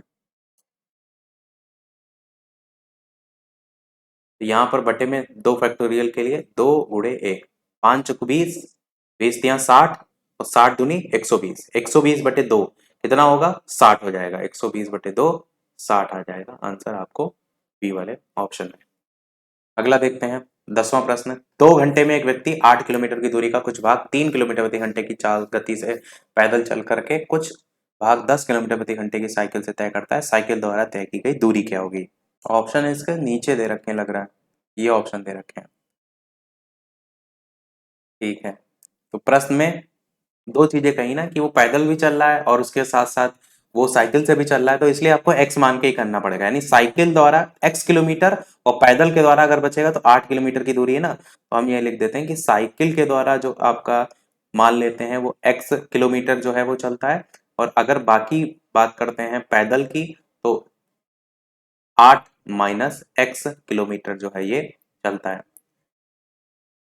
अब चाल बराबर दूरी बटे समय लगा दीजिए, तो x बटे 10 और प्लस आपका 8 माइनस एक्स बटे 3 कुछ भाग 3 किलोमीटर प्रति घंटा की रफ्तार से, और इसको समय लग रहा है 2 घंटे। बस इसको सॉल्व कर लीजिए, सीधे आंसर आ जाएगा। यहाँ से x की वैल्यू जो निकल करके आएगी वो 2 सही 6 बटे 7 किलोमीटर आपकी निकल करके आएगी। और ये वैल्यू जो दे रखी है दूरी बटे चाल के फॉर्म में दे रखी है, वही यहाँ पर हमने रखा है। अगला क्वेश्चन देखते हैं, सॉल्व आप कर ही लेंगे, मैंने इसीलिए डायरेक्ट आंसर बता दिया। अगला कह रहा है दाल के मूल्य में 30% कमी हो जाए तो कोई व्यक्ति 350 रुपए में 7 किलो दाल अधिक खरीद पाता है, दाल का प्रति किलो घटा मूल्य क्या होगा? इसका तरीका ये होता है कि जितनी भी 30% की कमी आ रही है, परसेंटेज में आ रही है ना, तो 30/100, और जो 350 रुपए में 7 किलो खरीद रहा है गुणे 350/7, सीधे आंसर आपका आ जाएगा। इसको सॉल्व करने पर 15 रुपए करके प्रति केजी, आंसर 15 रुपए आपका हो जाएगा। अगला क्वेश्चन आपका कह रहा है एक चुनाव में 3 उम्मीदवार मैदान में थे, जीतने वाले उम्मीदवार की अगर बात करें तो उसको 55% वोट आपके प्राप्त हुए, जो जीता। 3 उम्मीदवार थे टोटल, तो जीतने वाले उम्मीदवार को 55% वोट प्राप्त हुए, जबकि तीसरे स्थान पर रहे उम्मीदवार को 5% ही वोट प्राप्त हुए। ठीक है, 2 लोगों को ये हो गया। अगर चुनाव में हार जीत का फैसला 9000 मत जो है इससे होता तो चुनाव में डाले गए वोटों की संख्या क्या थी? अब आप इस चीज को समझिए कि 55% ये पा रहे हैं, 5% ये पा रहे हैं, तो तीसरा 40% पा रहा होगा, क्योंकि ये दोनों का टोटल कर लेंगे तो 100 से घटा देंगे। इस चीज को समझ रहे हैं ना, 100 में से अगर आप 55 और 5% जोड़ लेंगे तो बचेगा तो आपका 40%, यानी ये जो 40% पा रहा होगा ये कौन से थे, ये जीतने वाले उम्मीदवार को इतने मिले, तीसरे को इतने मिले, ये जो 40% पा रहा होगा ये दूसरा वाला होगा, दूसरा वाला उम्मीदवार होगा। आप समझिए, ये भी कह रहा है कि अगर चुनाव में हार जीत का फैसला 9000 मतों से होता है, तो जो हार जीत का फैसला हो रहा है वो किससे किसके बीच हो रहा है? 5 वाले से तो हो नहीं रहा है, 40 वाले से हो रहा है और इस 55 से हो रहा है, क्योंकि जो सबसे ज्यादा पाया है वो 55 पाया है और जो सेकंड नंबर पे पाया है वो 40 पाया है, और इन दोनों का अंतर कितना होगा? 15% ही तो होगा। तो हार जीत का जो फैसला हो रहा है वो इस 15% पे हो रहा है। इस 15% की वैल्यू प्रश्न में 9000 आपको दे रखी है। 15% की वैल्यू अगर 9000 है तो 100% की आप नहीं निकाल सकते हैं। 1% की निकालते हैं तो 9000 बटे 15 करते हैं, और 100% की निकालने के लिए 100 से गुणा करते हैं। इसको सॉल्व करेंगे, 15 से काट लीजिए या जिससे भी काट लीजिए, आंसर आपका 60,000 यहां से आ जाएगा, जो कि आपको पहले ऑप्शन में दे रखा है। अगला क्वेश्चन देखते हैं। अगला कह रहा है कोई धन 3 वर्षों के लिए खास ब्याज दर पर उधार दिया जाता है, यदि ब्याज की दर 6% आपकी कम होती तो 90% कम ब्याज प्राप्त होता। 3 वर्षों के बाद ब्याज में अंतर कितना आएगा? टोटल 18% आ जाएगा ना। 6 यहाँ पर इस चीज को समझिए कि कह रहा है 3 वर्षों के लिए कोई खास ब्याज दर पर आपने किसी को उधार दे दिया, ठीक, ब्याज की दर अगर 6% कम होती, तो ये 3 वर्षों के लिए देखेंगे ना, तो 6% और गुणे में 3 लगाएंगे तो टोटल 18% यहाँ से वैल्यू निकल के आएगी, और ये 18% की वैल्यू इस 90 रुपए कम ब्याज प्राप्त के बराबर हो जाती। यानी 18% की वैल्यू अगर आपको 90 के बराबर दे रखी है तो 1% की वैल्यू आपका 90/18 की हो जाएगी, और 100% की अगर वैल्यू निकालेंगे तो इसी में ही 100 से जो है वो गुणा हो जाएगा। इसको सॉल्व करेंगे तो 500 आंसर आ जाएगा। 18 पंचे 90, 5 गुणे 100 करेंगे तो 500 आंसर जो है आपका आ जाएगा, जो कि आपको पहले ऑप्शन में दे रखा है। इसका एक फॉर्मूला भी होता है, उससे भी कर सकते हैं। फॉर्मूला होता है कि जो एसआई है सिंपल इंटरेस्ट, उसमें जो भी वृद्धि या जो कमी हो रही है वो, और उसके बाद उसमें लगाते हैं आपका गुणा में 100, और बटे में आपका जो रहता है जो भी रेट हो रहा होता है उसमें परिवर्तन वो, और उसमें आप गुणा करते हैं किससे, समय से। ये भी तरीके से आप कर सकते हैं। वृद्धि कमी कितनी हो रही थी, तो आप देखेंगे 90 रुपए की, तो 90 और बटे गुणे में लगाते आप 100, और बटे में आप लगाते जो भी रेट में परिवर्तन हो रहा है, तो 6% था ना, 6 और गुणे में कितने वर्षों के लिए हो रहा है, तो समय से गुणा करते 3। इसको भी सॉल्व करेंगे, यही आंसर आएगा। इस तरीके से भी कर सकते हैं बिना कोई फॉर्मूले के, और इस तरीके से भी कर सकते हैं फॉर्मूले से भी। 14 प्रश्न है कि 45 महिलाओं की 48 दिनों की जो मजदूरी है वो आपकी 15,525 रुपए दे रखी है।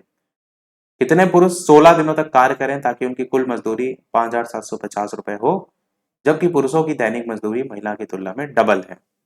ये वही एमडीएच फॉर्मूला से होगा, समझिए इस बात को।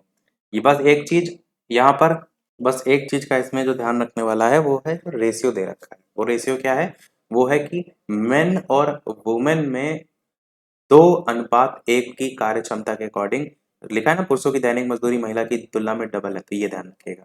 अब एमडीएच वाला फॉर्मूला क्या होता है, M1D1H1 और बटे में आपका अगर W1 है वो बराबर M2D2H2 और बटे में आपका अगर W2 है।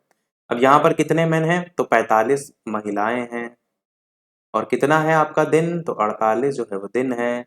घंटे तो दे नहीं रखा है, कोई बात नहीं, बटे में रख दीजिए मजदूरी, W1 वेजेस हो जाएगा तो 15,525 के बराबर, बराबर में लगा दीजिए। यहाँ पर जो M2 की वैल्यू है पूछा ही गया है कितने पुरुष, तो यहाँ पर हम M2 को निकालेंगे। गुणे कितने पुरुष 16 दिनों तक कार्य करते हैं, यानी कि 16 जो है आपका दिन हो जाएगा, और बटे में आपका क्या कह रहा है कि उनकी मजदूरी कितनी हो जाएगी, 5,750 हो जाती है। अब इस चीज को भी समझिए, ये जो यहाँ पर लिखा है ना M2 की वैल्यू है, मतलब M जो है वो 2 है और W 1 है, यानी यहाँ पर जो भी वैल्यू आप रखेंगे वो M के मल्टीप्लाई में होगी, यानी यहाँ पर 2 गुणा एक्स्ट्रा आपको करना पड़ेगा, क्योंकि यहाँ पर कह रहा था ना कि पुरुषों की दैनिक मजदूरी महिला की तुलना में डबल है, तो यहाँ पर 2 से आप एक्स्ट्रा गुणा करेंगे। यहाँ पर आप 1 से कर दीजिए कि 1 ये हो जाएगा 2 ये हो जाएगा, ऐसे ज्यादा अच्छे से समझ में आएगा। अब इसको सॉल्व करके M2 की वैल्यू बस आप निकाल लेंगे, वही आपका आंसर हो जाएगा। बाकी ये तिर्यक गुणा करना है, सोल्यूशन करना है, वो आप कर लेंगे। यहाँ से आंसर 25 पुरुष निकल करके जो है वो आएगा। तरीका मैंने आपको बता दिया, वो ज्यादा महत्वपूर्ण है। 7 क्रमिक संख्याओं का औसत 20 है, इन संख्याओं में सबसे बड़ी संख्या बताइए कौन सी होगी। अब यहाँ पर ऑप्शन से भी मैंने बताया था, शायद कल परसों आया था क्वेश्चन, और ऑप्शन में 7 संख्याएं बड़ा है, समय लगेगा, तो आप सीधे सीधे x मानकर कर लीजिए कि सबसे पहली संख्या x हो जाएगी, अगली जो संख्या होगी x+1 हो जाएगी, फिर आपकी अगली x+2 हो जाएगी, क्रमिक है ना इसलिए, फिर x+3 हो जाएगी, फिर x+4 हो जाएगी, और कहाँ तक 6 तक जाएगी, x+5 हो जाएगी, प्लस x+6 हो जाएगी। 6 तक इसलिए गई क्योंकि 7वीं संख्या तो x खुद है।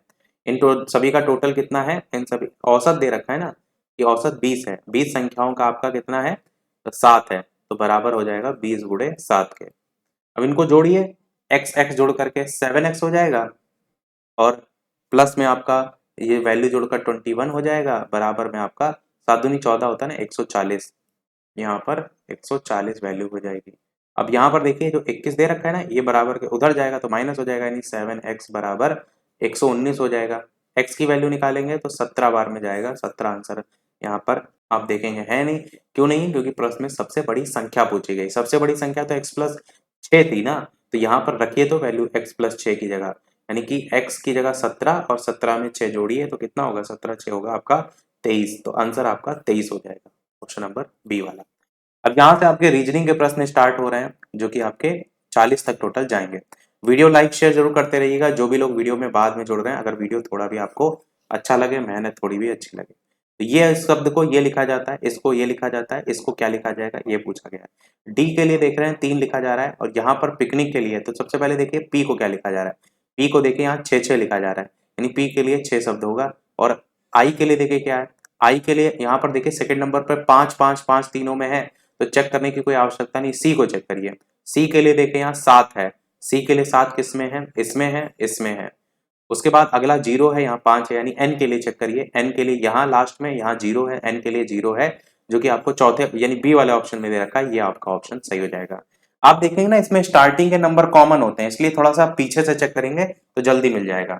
अगला क्वेश्चन देखते हैं कि रेशनल को ऐसे लिखा जाता है। अच्छा, रेशनल जो लिखा गया है इसमें देखिए आर ए यहाँ भी है, आर टी ए यहाँ, मतलब क्रम बदला गया है इसका कहीं ना कहीं। आर है, ए है और टी है। आर को आर की ही जगह लिखा गया है, फिर ए और टी को आपस में टी ए कर दिया गया है। उसके बाद अगला देखिए आई है और एन है, यानी कि आई को भी इन्होंने ऐसे ही रखा है, ओ एन को फिर से बदला है। अच्छा, इस तरीके से किया है, यानी आपको थोड़ा सा इस ट्राइबल में करके दिखाते हैं। जगह कहाँ पर है, इधर साइड में लिखते हैं, ट्राइबल लिखते हैं।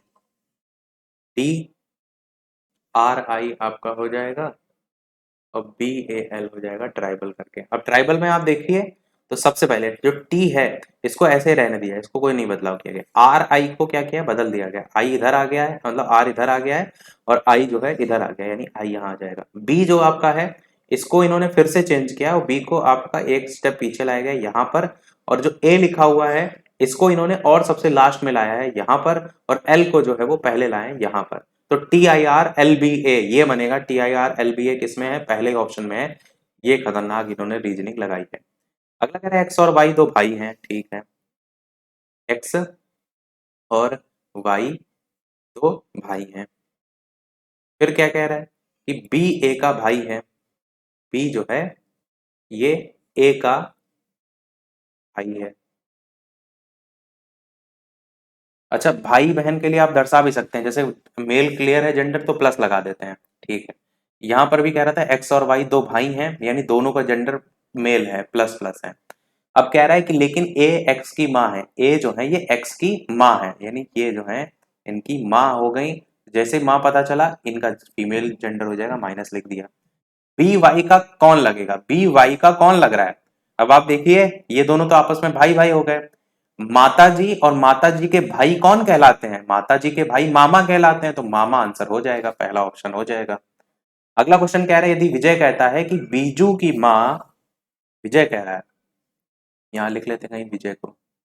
विजय कह रहा है कि जो बीजू है, यहां कहीं बीजू को रख लेते हैं, कह रहा है कि जो बीजू है इनकी जो माँ है, ऊपर एक जनरेशन यहाँ पर माँ बना देते हैं ऐसे करके कि बीजू की माँ मेरी माँ की इकलौती पुत्री है। इनकी माँ और एक जनरेशन ऊपर होंगी, मेरी माँ और इसकी इकलौती पुत्री है, ये तो कह रहा है, और एकमात्र है। बीजू की माँ मेरी माँ की एकमात्र पुत्री हैं, तो विजय किस प्रकार बीजू से संबंधित है, ये संबंध आपसे पूछा गया। ये जो है इनकी माँ है। अब आप देखिए कि जो बीजू है, ठीक है, ये बीजू की माँ हो गई, और यहां पर इनका संबंध क्या होगा। आप इस चीज को समझिए कि इनकी माँ है ये, और माँ की ये पुत्री आ रही है, और कह रहा था एकमात्र पुत्री है, यानी और कोई बेटियां नहीं है, तो ये जो इनका होगा ये इनका बेटा ही होगा ना। तो इन दोनों का आपस में क्या संबंध होगा, ये भाई बहन का संबंध हो जाएगा, यही तो होगा। ये जो थी वो एकमात्र इनकी पुत्री थी, और पुत्र जो आपका यहाँ पर होगा वो ये विजय हो जाएगा। अभी तो ये इसको माँ बोल रहे हैं, तो ये दोनों आपस में हो जाएंगे भाई बहन। अब यहां पर आप खड़े हैं, आपकी जो माँ है उनकी जो बहन है वो क्या कहलाएंगी, माँ की बहन तो मामा ही कहलाएंगे। तो आपका ऑप्शन में तो मामा है ही नहीं, यानी आंसर यहाँ पर इनमें से कोई नहीं सही होगा। आंसर होना चाहिए था मामा। विजय बीजू का क्या लगेगा, मामा लगेगा। अगला देखते हैं। अगला कह रहा है कि इसको ये कहते हैं उसको वो कहते हैं, तो कौन सा समीकरण यहाँ संतुलित होगा। तो यहाँ पर आप देखिए प्लस को क्या लिखते हैं, मल्टीप्लाइड। ये डी वाला ऑप्शन होगा, देखिए कैसे होगा। इसको रख दीजिए मल्टीप्लाइड, 4 × 6। डिवाइड को लिखा गया है आपका, डिवाइड को कुछ नहीं लिखा गया, डिवाइड ही रहा है, और ये आपका हो जाएगा 3। उसके बाद माइनस हो जाएगा, 3 हो जाएगा, और मल्टीप्लाइड, प्लस और मल्टीप्लाइड जो है इसको आपस में बदला गया है, और 3 2 को भी तो बदला गया, तो यहाँ से हम 3 को हटा देते हैं ताकि इसकी जगह 6 वाले तो 6 वाला भी हटा देते हैं, ये वाला भी। यहाँ पर आ जाएगा 3 की जगह 2 और माइनस, और यहाँ पर 3 की जगह आ जाएगा 2 और प्लस, और 2 की जगह आ जाएगा 3। इस तरीके से तो चिन्ह जो बदले हैं वो प्लस और मल्टीप्लाइड बदले हैं, और 2 और 3 आपस में बदला है। इसको सॉल्व करेंगे तो कह रहा है बराबर आना चाहिए 13 के। अब यहाँ देखिए 2 3 हो जाएगा 6, और फिर मल्टीप्लाइड करेंगे तो 12, 12 में से 2 घटाएंगे और प्लस 3 होगा। यहाँ से क्या आएगा 12 और माइनस 2 प्लस 3 करके एडिशन पहले होता है, तो 12 3 15, और 15 में से 2 घटाएंगे आएगा 13। 13 देखिए 13 के बराबर है, डी ऑप्शन हो जाएगा। अगला कह रहे हैं श्रृंखला है, इसमें गलत संख्या कौन सी है। 9 जो है वो 3 का स्क्वायर है, 25 जो है वो 5 का स्क्वायर है, 48 जो है होना चाहिए था वैसे 7 का स्क्वायर, 49 यहाँ पर 49 नहीं है, इसलिए 48 आंसर यहाँ पर गलत है। बाकी 81 9 का है, 121 11 का है। अगली संख्या अक्षर समूह बताना है कि कौन सा यहाँ पर होगा। तो जैसे कैट लिखा है CDEF हो जाएगा, GHI हो जाएगा। 2 2 का अंतर आ रहा है, +3 +3 किया जा रहा है, तो अगला नंबर क्या आएगा I है, तो J के L होना चाहिए यहाँ पर, जो कि L यहाँ दे रखा है। फिर उसके बाद ABCD है, EFG है, HI J होना चाहिए था, यहाँ J दे रखा है, यही आंसर हो जाएगा। अगला कह रहा है सार्थक क्रम आपको दर्शाना है, तो सबसे पहले क्या आएगा पुत्र आना चाहिए, पुत्र के बाद क्या आना चाहिए भाई आना चाहिए, भाई के बाद क्या आना चाहिए पति आना चाहिए, पति के बाद आपका दामाद आना चाहिए, और दामाद के एक और बाद पिता आना चाहिए, यानी बी वाला ऑप्शन यहाँ पर ये क्रम जो है वो सही होगा। अगला क्वेश्चन है 49 विद्यार्थी जो है उनकी कक्षा में x का दर्जा जो है वो 18वां है, उसका अंत से दर्जा क्या होगा। बता चुके हैं कई बार कि अगर ऊपर से आपका किसी का दर्जा 18 है तो आपको कुछ नहीं करना है, टोटल में से घटा करके एक जोड़ देना है, यानी 49 माइनस 18 और प्लस कर देंगे 1, तो 31 घटाने पर आएगा, एक जोड़ेंगे तो 32 आंसर हो जाएगा। कौन सा समूह से संबंधित ही नहीं है, तो कौन सा संबंधित नहीं है, इसमें आपका गद्दा संबंधित नहीं है। तकिया, कंबल, मच्छर, ये सब, वैसे मच्छर भी तो ऑप्शन में दिया गया है, तो हम इसके साथ क्यों जाएंगे, इसको हटा दीजिए ऑप्शन से, मच्छर वाले से आइए, क्योंकि बाकी सब सोने से संबंधित है, कंबल तकिया गद्दा, मच्छर है जो कि यहाँ पर भिन्न है। अगला क्वेश्चन कह रहा है कि इसमें से अगला नंबर श्रृंखला में क्या आएगा। अब 21 सी लिखा है, 21 से 24 3 जोड़ा, 24 से 27 3 जोड़ा, तो 28 29 30 30 आना चाहिए, 30 इस ऑप्शन में भी है, इसमें भी है। अब एन और एल को चेक कर लीजिए, CDEFGHIJKL लेटर में भी 3 3 का प्लस हो रहा है। अगला 125 होता है आपका 5 का क्यूब, 343 आपका होता है 7 का क्यूब, यहाँ पर आपका 11 का क्यूब है, और अगला क्या होना चाहिए 13 का क्यूब होना चाहिए था, तो 13 का क्यूब क्या होता है 2197, डी वाला ऑप्शन यहाँ पर सही हो जाएगा। अगला क्वेश्चन, कविता जो है वो प्रतिदिन योगाभ्यास के लिए रॉक गार्डन जाती है, रॉक गार्डन उसके घर से पूर्व की ओर पड़ता है। रॉक गार्डन, रॉक गार्डन जैसे यहाँ पर हमने बना दिया, और क्या कह रहा है उसके घर से पूर्व की ओर, तो घर उसका कहाँ होगा, घर उसका इधर होगा क्योंकि पूर्व दिशा इधर पड़ेगी। रॉक गार्डन उसके घर से पूर्व की ओर है, गार्डन गार्डन से वो अपनी सहेली रेखा के घर जाती है, ठीक है, और जो गार्डन से पूर्व की ओर है, रेखा का घर इधर होगा, फिर ये रेखा का घर होगा ना, क्योंकि पूर्व इधर क्यों हमने लगा दिया, इधर होना चाहिए कविता का घर। हाँ अब ठीक है, देखिए पूर्व दिशा इस तरफ है और पश्चिम दिशा इस तरफ है। अब प्रश्न में जो कह रहा था हमने यहाँ पर स्टार्टिंग में गलत बोल दिया, पूर्व इधर नहीं, पूर्व उस तरफ होगा ना दाईं तरफ, तो कविता प्रतिदिन योगाभ्यास के लिए रॉक गार्डन जाती, रॉक गार्डन उसके घर से पूर्व की ओर है, तो पूर्व तो इधर पड़ेगा ना, तो इसका घर से पूर्व की ओर है, फिर गार्डन से वो अपनी सहेली रेखा के घर जाती है, तो ऐसे जा रही है गार्डन जा रही है, फिर इधर से ही वो रेखा के घर जा रही है, यही तो बोल रहा है। फिर कह रहा है कि जो गार्डन से पूर्व की ओर है, ये भी लिखा है कि गार्डन से पूर्व की ओर है, रेखा के घर से कविता का घर जो है ये किस दिशा में है, तो साफ साफ आपको दिख रहा है पश्चिम दिशा में, ये आंसर होगा। इस चीज को समझिए, आप कहेंगे इधर तो दिशा पूर्व है तो फिर आपका पश्चिम कैसे हो गया, यहाँ पर कह रहा है रेखा के घर से कविता का घर किस दिशा में है, कविता का घर इससे किस दिशा में, तो इससे तो पश्चिम दिशा में है, प्रश्न में जो पूछा है ना उस पर भी तो ध्यान देना है। अगला क्वेश्चन कह रहा है कि निम्नलिखित विकल्प में से केवल किसी एक समूह में आपके जो शब्द हैं वो कॉमन है, वो आपका बाकी अलग वाला छांटना है। अलग वाला इसमें से कौन सा होगा, पहला ही हो जाएगा, एलईडी बल्ब ट्यूबलाइट, सब लाइट से संबंधित है, लाइट प्राप्त करने के स्रोत हैं, बाकी आपके यहाँ पर अलग अलग है। चलिए देखते हैं अगला। अगला कह रहा है 4 विकल्प हैं, इनमें से किसी 3 प्रकार से संगत हैं, असंगत छांटिए। अब यहाँ पर ए का अपोजिट जेड होता है, बी का अपोजिट वाई होता है, ठीक है, ये तो विपरीत अक्षर है। के का पी होता है, एल का ओ होता है, ये भी होता है, ये सब ट्रिक बता चुके हैं। के पी से कमला पसंद, एल ओ से लव होता है, एफ यू से आपका, एफ यू विपरीत अक्षर होता है, ठीक है। जी टी रोड होती है, ये भी विपरीत अक्षर है। यू का वी नहीं होता है, ये तो यू वी जस्ट अगला नंबर हो जाता है ना, तो यही गलत होगा। इसमें कितने आयत हैं वो पूछे गए हैं, तो इसमें टोटल आयतों की संख्या गिनने के लिए आप देखेंगे, एक ये हो गया, दो ये हो गया, तीन चार पाँच छः सात, फिर ऐसे दो को मिला करके लेकर चलेंगे। जैसे अगर हम यहाँ पर लेटर को नंबर दे दें, यहाँ पर मतलब कोनों जितने भी हैं, जैसे इसको ए लिख दें, इसको बी लिख दें, इसको सी लिख दें, यहाँ पर आपका पी लिख दें, ओ लिख दें, यहाँ पर आपका एल लिख दें, ऐसे करके सबको नंबर लिख दें, तो फिर देखेंगे जैसे ये अलग बन रहा है, फिर उसके बाद इसको नीचे तक ले जाइए, वो अलग बन रहा है, फिर इसको और नीचे तक लाइए, ये अलग बन रहा है। ऐसे आपको आयत पर आयत जोड़ जोड़ के बनाते जाने, कुल मिलाकर के इस प्रकार से 22 आयत यहाँ पर बनेंगे। अगला कह रहे किसी कोड में अगर 134 अच्छा और स्वादिष्ट है, क्या है, 134, इसको कहते हैं अच्छा और स्वादिष्ट। इसमें कैसे करते हैं, इसमें बेसिकली कॉमन देखा जाता है कि कौन सा किसमें कॉमन आ रहा है। 4 7 8 इसका है अच्छी पिक्चर देखो। इसी प्रकार 729 का अर्थ क्या है, पिक्चर धुंधली है। ये हम लिख इसलिए रहे हैं ना, क्योंकि ये लिख के ही समझ आएगा। अब यहाँ पर देखिए अच्छा और स्वादिष्ट यहाँ भी, अच्छा और स्वादिष्ट यहाँ भी है, तो अच्छा अच्छी मतलब वही है, तो ये दोनों अच्छी अच्छी दो जगह दे रखा है ना, यहाँ पर भी दे रखा है और यहाँ पर भी दे रखा है। यहाँ पर देखिए नंबर कौन सा है, तो 4 कॉमन यहाँ भी है, 4 कॉमन यहाँ है, यानी अच्छे के लिए क्या शब्द हो जाएगा, अंक हो जाएगा, 4 हो जाएगा। ऐसे चेक करते हैं। अब इसमें देखिए क्या कॉमन है, यहाँ पर पिक्चर कॉमन है, यहाँ पर पिक्चर कॉमन है।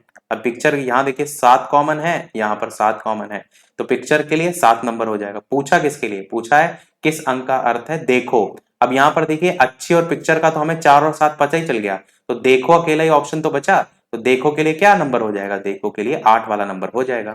आंसर आपका 8 यहाँ पर हो जाएगा। इस तरीके से दो कॉमन निकाल देते हैं, जो बचता है वही आंसर हो जाता है। अगला क्वेश्चन आपसे कह रहा है कि किसी समीकरण में आपस में दो गणितीय चिन्हों को आपस में जोड़ने पर समीकरण संतुलित हो जाएगा, वो इसमें कौन सा है। अब यहाँ पर अगर आप देखेंगे तो 36 माइनस 3 प्लस डिवाइड ऐसे करके दे रखा है।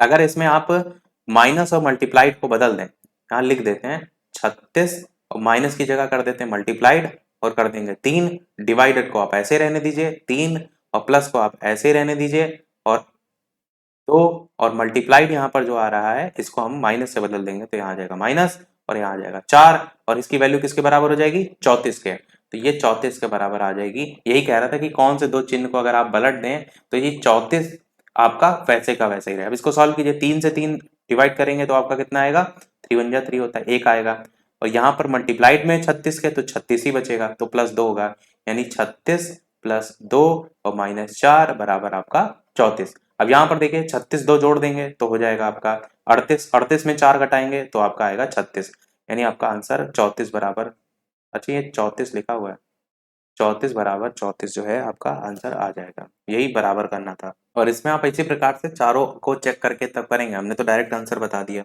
समझाने के लिए। अगला क्वेश्चन है आपका इसमें से कौन सा पैटर्न है। अब यहाँ पर पैटर्न के अकॉर्डिंग आपका सी वाला चलेगा, बता हम चुके हैं इसको करना है इतने प्रैक्टिस सेट में, कि आपको यहाँ पर ए रख दीजिए, यहाँ पर आप देखिए तो डी आ जाएगा, यहाँ पर आप देखिए ए आ जाएगा, यहाँ देखिए आप ए आ जाएगा, यहाँ आप देखेंगे सी आ जाएगा और यहाँ देखेंगे आप डी आ जाएगा। तो क्या पैटर्न बन रहा है, ए सी डी, बी डी, ए सी डी बी, यानी यहां तक बन रहा है आपका, बी डी तक बन रहा है, ये देखेंगे यहां से लेकर के इतना पैटर्न बन रहा है, यही आगे रिपीट हो रहा होगा, ए सी डी बी डी, फिर ए, उसके बाद अच्छा उसके बाद ए भी आएगा, यानी ये पैटर्न ए तक आपका पूरा फॉलो हो रहा है, यानी A C D B D A यहां तक आ रहा है। उसके बाद फिर से देखिए A C D B D A यहां तक आ रहा है, फिर देखिए आगे ए, अच्छा यहाँ तक ए ले चुके ना, यहाँ तक आएगा, फिर अगला वाला A C D B D A, इस तरीके से आपका ये तीन तीन टोटल कितने नंबर है, 1 2 3 4 5 6 6 6 6 में आपका टूट रहा है। यही मैंने तरीका बताया था कि सबसे पहले गिन लीजिए, फिर देख लीजिए कौन सा पैटर्न है, उसी के अकॉर्डिंग लगा देंगे। कौन सा इनमें से सही दर्शा रहा है, तो आपको पता है कि पूरे बड़े वाले में आ जाएंगे पुरुष और पुरुषों के अंतर्गत आपके आ जाएंगे पिता, और पिता के अंतर्गत आपके आ जाएंगे पुत्र। तो सबसे लास्ट में जो आप ऑप्शन देख रहे हैं ये वाला सही हो जाएगा। अगला 36 प्रश्न आपका, कि यहां पर आपको बताना है क्या पैटर्न होगा। 6 लिखा है, 10 लिखा है, 38 लिखा है, 8 लिखा है। 6 को अगर आप 8 से गुणा करेंगे 63, तो 6 8 जा 48, उसमें से 10 घटा देंगे तो कितना आएगा, 38 आ जाएगा। इसको इससे गुणा करना है और फिर इस 10 से माइनस करना है, 6 गुणे 8 और उसके बाद माइनस का 10, तो 38 आपको प्राप्त हो जाएगा। 9 4 जा सेम, 9 4 जा गुणा करके और उसके बाद कर देंगे 15 से माइनस, तो आपको 21 प्राप्त हो जाएगा। 4 को किससे गुणा करें, उसमें 6 माइनस कर दें कि आपका 6 आ जाए, यही तो है। तो 4 को अगर 1 से गुणा करें तो फिर नहीं बनेगा, क्योंकि -6 करेंगे तो ये वैल्यू घट जाएगी। 4 तिया 12 करेंगे तो आपका 12 में से 6 अगर घटाएंगे तो 6 के बराबर आ जाएगा, यानी 3 आंसर आपका हो जाएगा। अगला क्वेश्चन, कौन सा शब्द है जो कह रहा है नहीं बनाया जा सकता इन अक्षरों से। तो यहां पर देखेंगे जी है, यहां पर देखेंगे ई है, उसके बाद आप देखेंगे एन भी है। इस प्रकार से अगर आप देखेंगे तो यहाँ पर ए नहीं है, यहां पर देखिए ए वाला जनरेट बन रहा है, जिसमें इसमें कहीं भी ए आ ही नहीं रहा है, तो आप जनरेट शब्द इन अक्षरों से नहीं बना सकते। अगला जो 38 देख रहे हैं ये हम आपसे पूछेंगे, थोड़ा आप भी दिमाग लगाएं। 39 प्रश्न आपका देखते हैं कि लेट चल रही ट्रेन से यात्रा करते समय यात्री उत्तेजित हो गए और कुछ कठोर कदम उठाने जा रहे थे, ऐसी स्थिति में आप क्या करेंगे। ऐसी स्थिति में आप क्या करेंगे, उन्हें स्टेशन पर एक प्रतिनियुक्ति देने के लिए जो है वो कहेंगे। लास्ट क्वेश्चन इस वीडियो का, और सारे प्रश्न हो गए हमारे समाप्त। इसके बाद एक क्वेश्चन पूछेंगे हम आपसे भी। इसके अलावा जब भी चैनल पर नए हो, वीडियो लाइक शेयर सब्सक्राइब अवश्य करते रहिएगा। टेलीग्राम चैनल से नहीं जुड़े हो, बालाजी स्टडी अड्डा सर्च करके जुड़ सकते हैं और पीडीएफ आप टेलीग्राम चैनल से डाउनलोड कर सकते हैं। ये प्रश्न है कि दिया गया कोई भी फल वृक्ष नहीं है, यानी फल का कोई भी संबंध कह रहा है वृक्षों से जो है वो नहीं है। ये वृक्ष के लिए गोला बना दीजिए, और ये कह रहा है इसका इससे कोई भी संबंध नहीं है। सभी पुष्प जो हैं वो वृक्ष हैं, तो पुष्प जो है इस वृक्ष में आप इस तरीके से बना सकते हैं। अब कह रहे हैं इनमें से कौन सा है जो कि आपका सही है। कोई भी वृक्ष पुष्प नहीं है, वृक्ष जो है कोई भी कह रहा है, पुष्प आपका नहीं है, ये तो आपका गलत हो जाएगा, क्योंकि संबंध तो है ही, तभी तो उसके अंदर बना है। कोई वृक्ष पुष्प है, कुछ वृक्ष आपसे कह रहा है, कुछ वृक्ष ऐसे हैं जो पुष्प हैं, ये वाला सही है, बी वाला। इस पूरे से वृक्ष में कुछ ऐसे भाग हैं जो पुष्प हैं, क्लियर दिख रहा है, यही आपका हो जाएगा। अब एक प्रश्न आपके लिए भी, ये प्रश्न आपके लिए है जिसको आपको खुद से सॉल्व करना है, दिमाग लगाना है क्या होगा। यहाँ पर आप देखेंगे 9 3 3 लिखा है, 45 3 9 लिखा है, 26 4 6 लिखा है और क्वेश्चन मार्क 2 2। देखते हैं किसका आंसर आता है इन चारों ऑप्शन में। 8 है ऑप्शन पहला, 4 ऑप्शन दूसरा, 2 ऑप्शन तीसरा और 100 ऑप्शन चौथा। तो अपना आंसर वीडियो के मेन कमेंट में बताइएगा। आज के वीडियो में इतना ही रखते हैं, फिर लाइव टाइमिंग 12 बजे की भी है दोपहर के, और शाम के 5 बजे की भी है, तो लाइव आकर भी वीडियो आप देख सकते हैं, प्रश्न प्रैक्टिस कर सकते हैं। तो आज के वीडियो में इतना ही रखते हैं, मिलते हैं अगले वीडियो में, तब तक के लिए नमस्कार, जय हिंद।